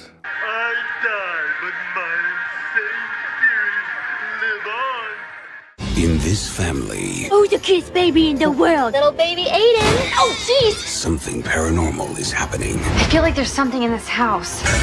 Babe, I heard something. There's nothing to worry about. It's just... Man, that's a lot of pain. Well, if you have any notes, let me know. Leave your comments, subscribe to my Discord channel. Welcome to my Scary Movie retrospective, where I'm here to set the record straight and take my love... Dude, you're doing a shit job analyzing Scary Movie. Epic movie. That's the wrong movie. Could both posters be a highbrow ref... Dude, you're doing a shit job analyzing epic movie, not Scary Movie, goddammit. This is gonna be like my worst shorty impression. I ain't never ever gonna go to a haunted house. It's they! Me trying to explain to the cashier what my pronouns are. Be like, okay, this shit is giving me a fucking heart attack. Hold on. I Stan. He does Sam and Max best, and he's tasked with the fucking tongue twisters. What the fuck? Kinda weird seeing Sydney as Sydney while she's clearly based on Casey. Well, she's Casey. That's a fucking tongue twister. Yeah, the plot isn't that important. Ghosts are now in the house for some reason, and they gotta survive 5 Diddy nights at Marlin's. I'm not gonna use that. That's a bit too jokey for me. Damn, I hope James Ward goes to Hades. I only did one take of the laugh, because now I'm having coughing fits. So, the things I sacrifice for you, wildcard. Let's face it, Tom, your ass ain't no agent terrorist. Let's face it, Tom, your ass ain't no agent terrorist. Let's face it, Tom, your ass ain't no agent terrorist. Yeah. The moment I had a good fucking flow. I would say the jokes hit the same as the original Scary Movie. Like a solid 3 out of 5 jokes. Now that we're done spoofing horror movies, I would say the jokes hit about the same as the original.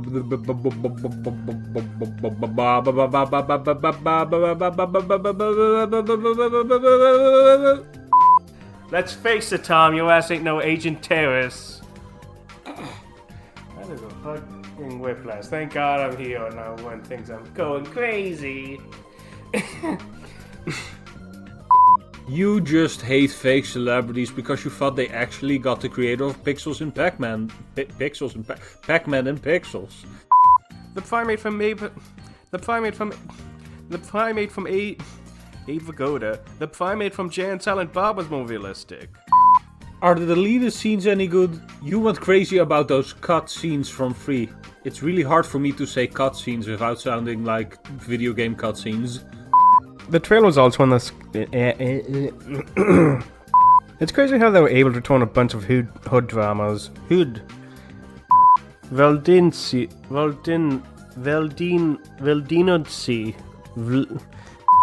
This is like an actual takedown. This is like an actual love letter to the genre instead of a takedown like Scary Movie. Are you fucking eating my ass? Fuck. Yeah, I think that's enough.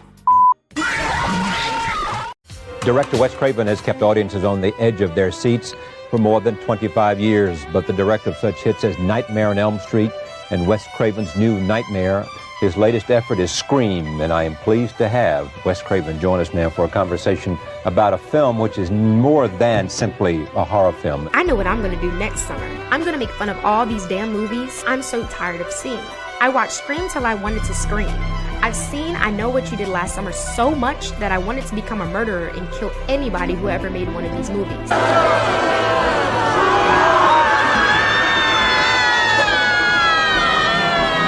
And the beauty of doing reshoots is you get to be more contemporary.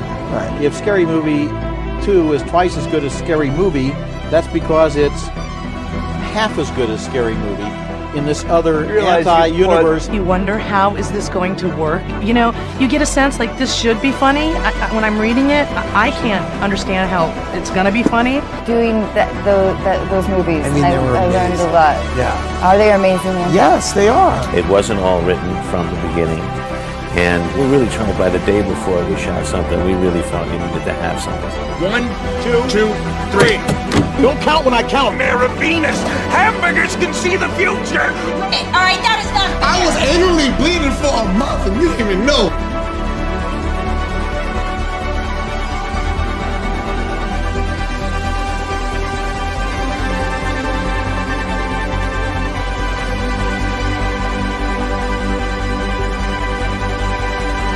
There's no scraps in my scrapbook.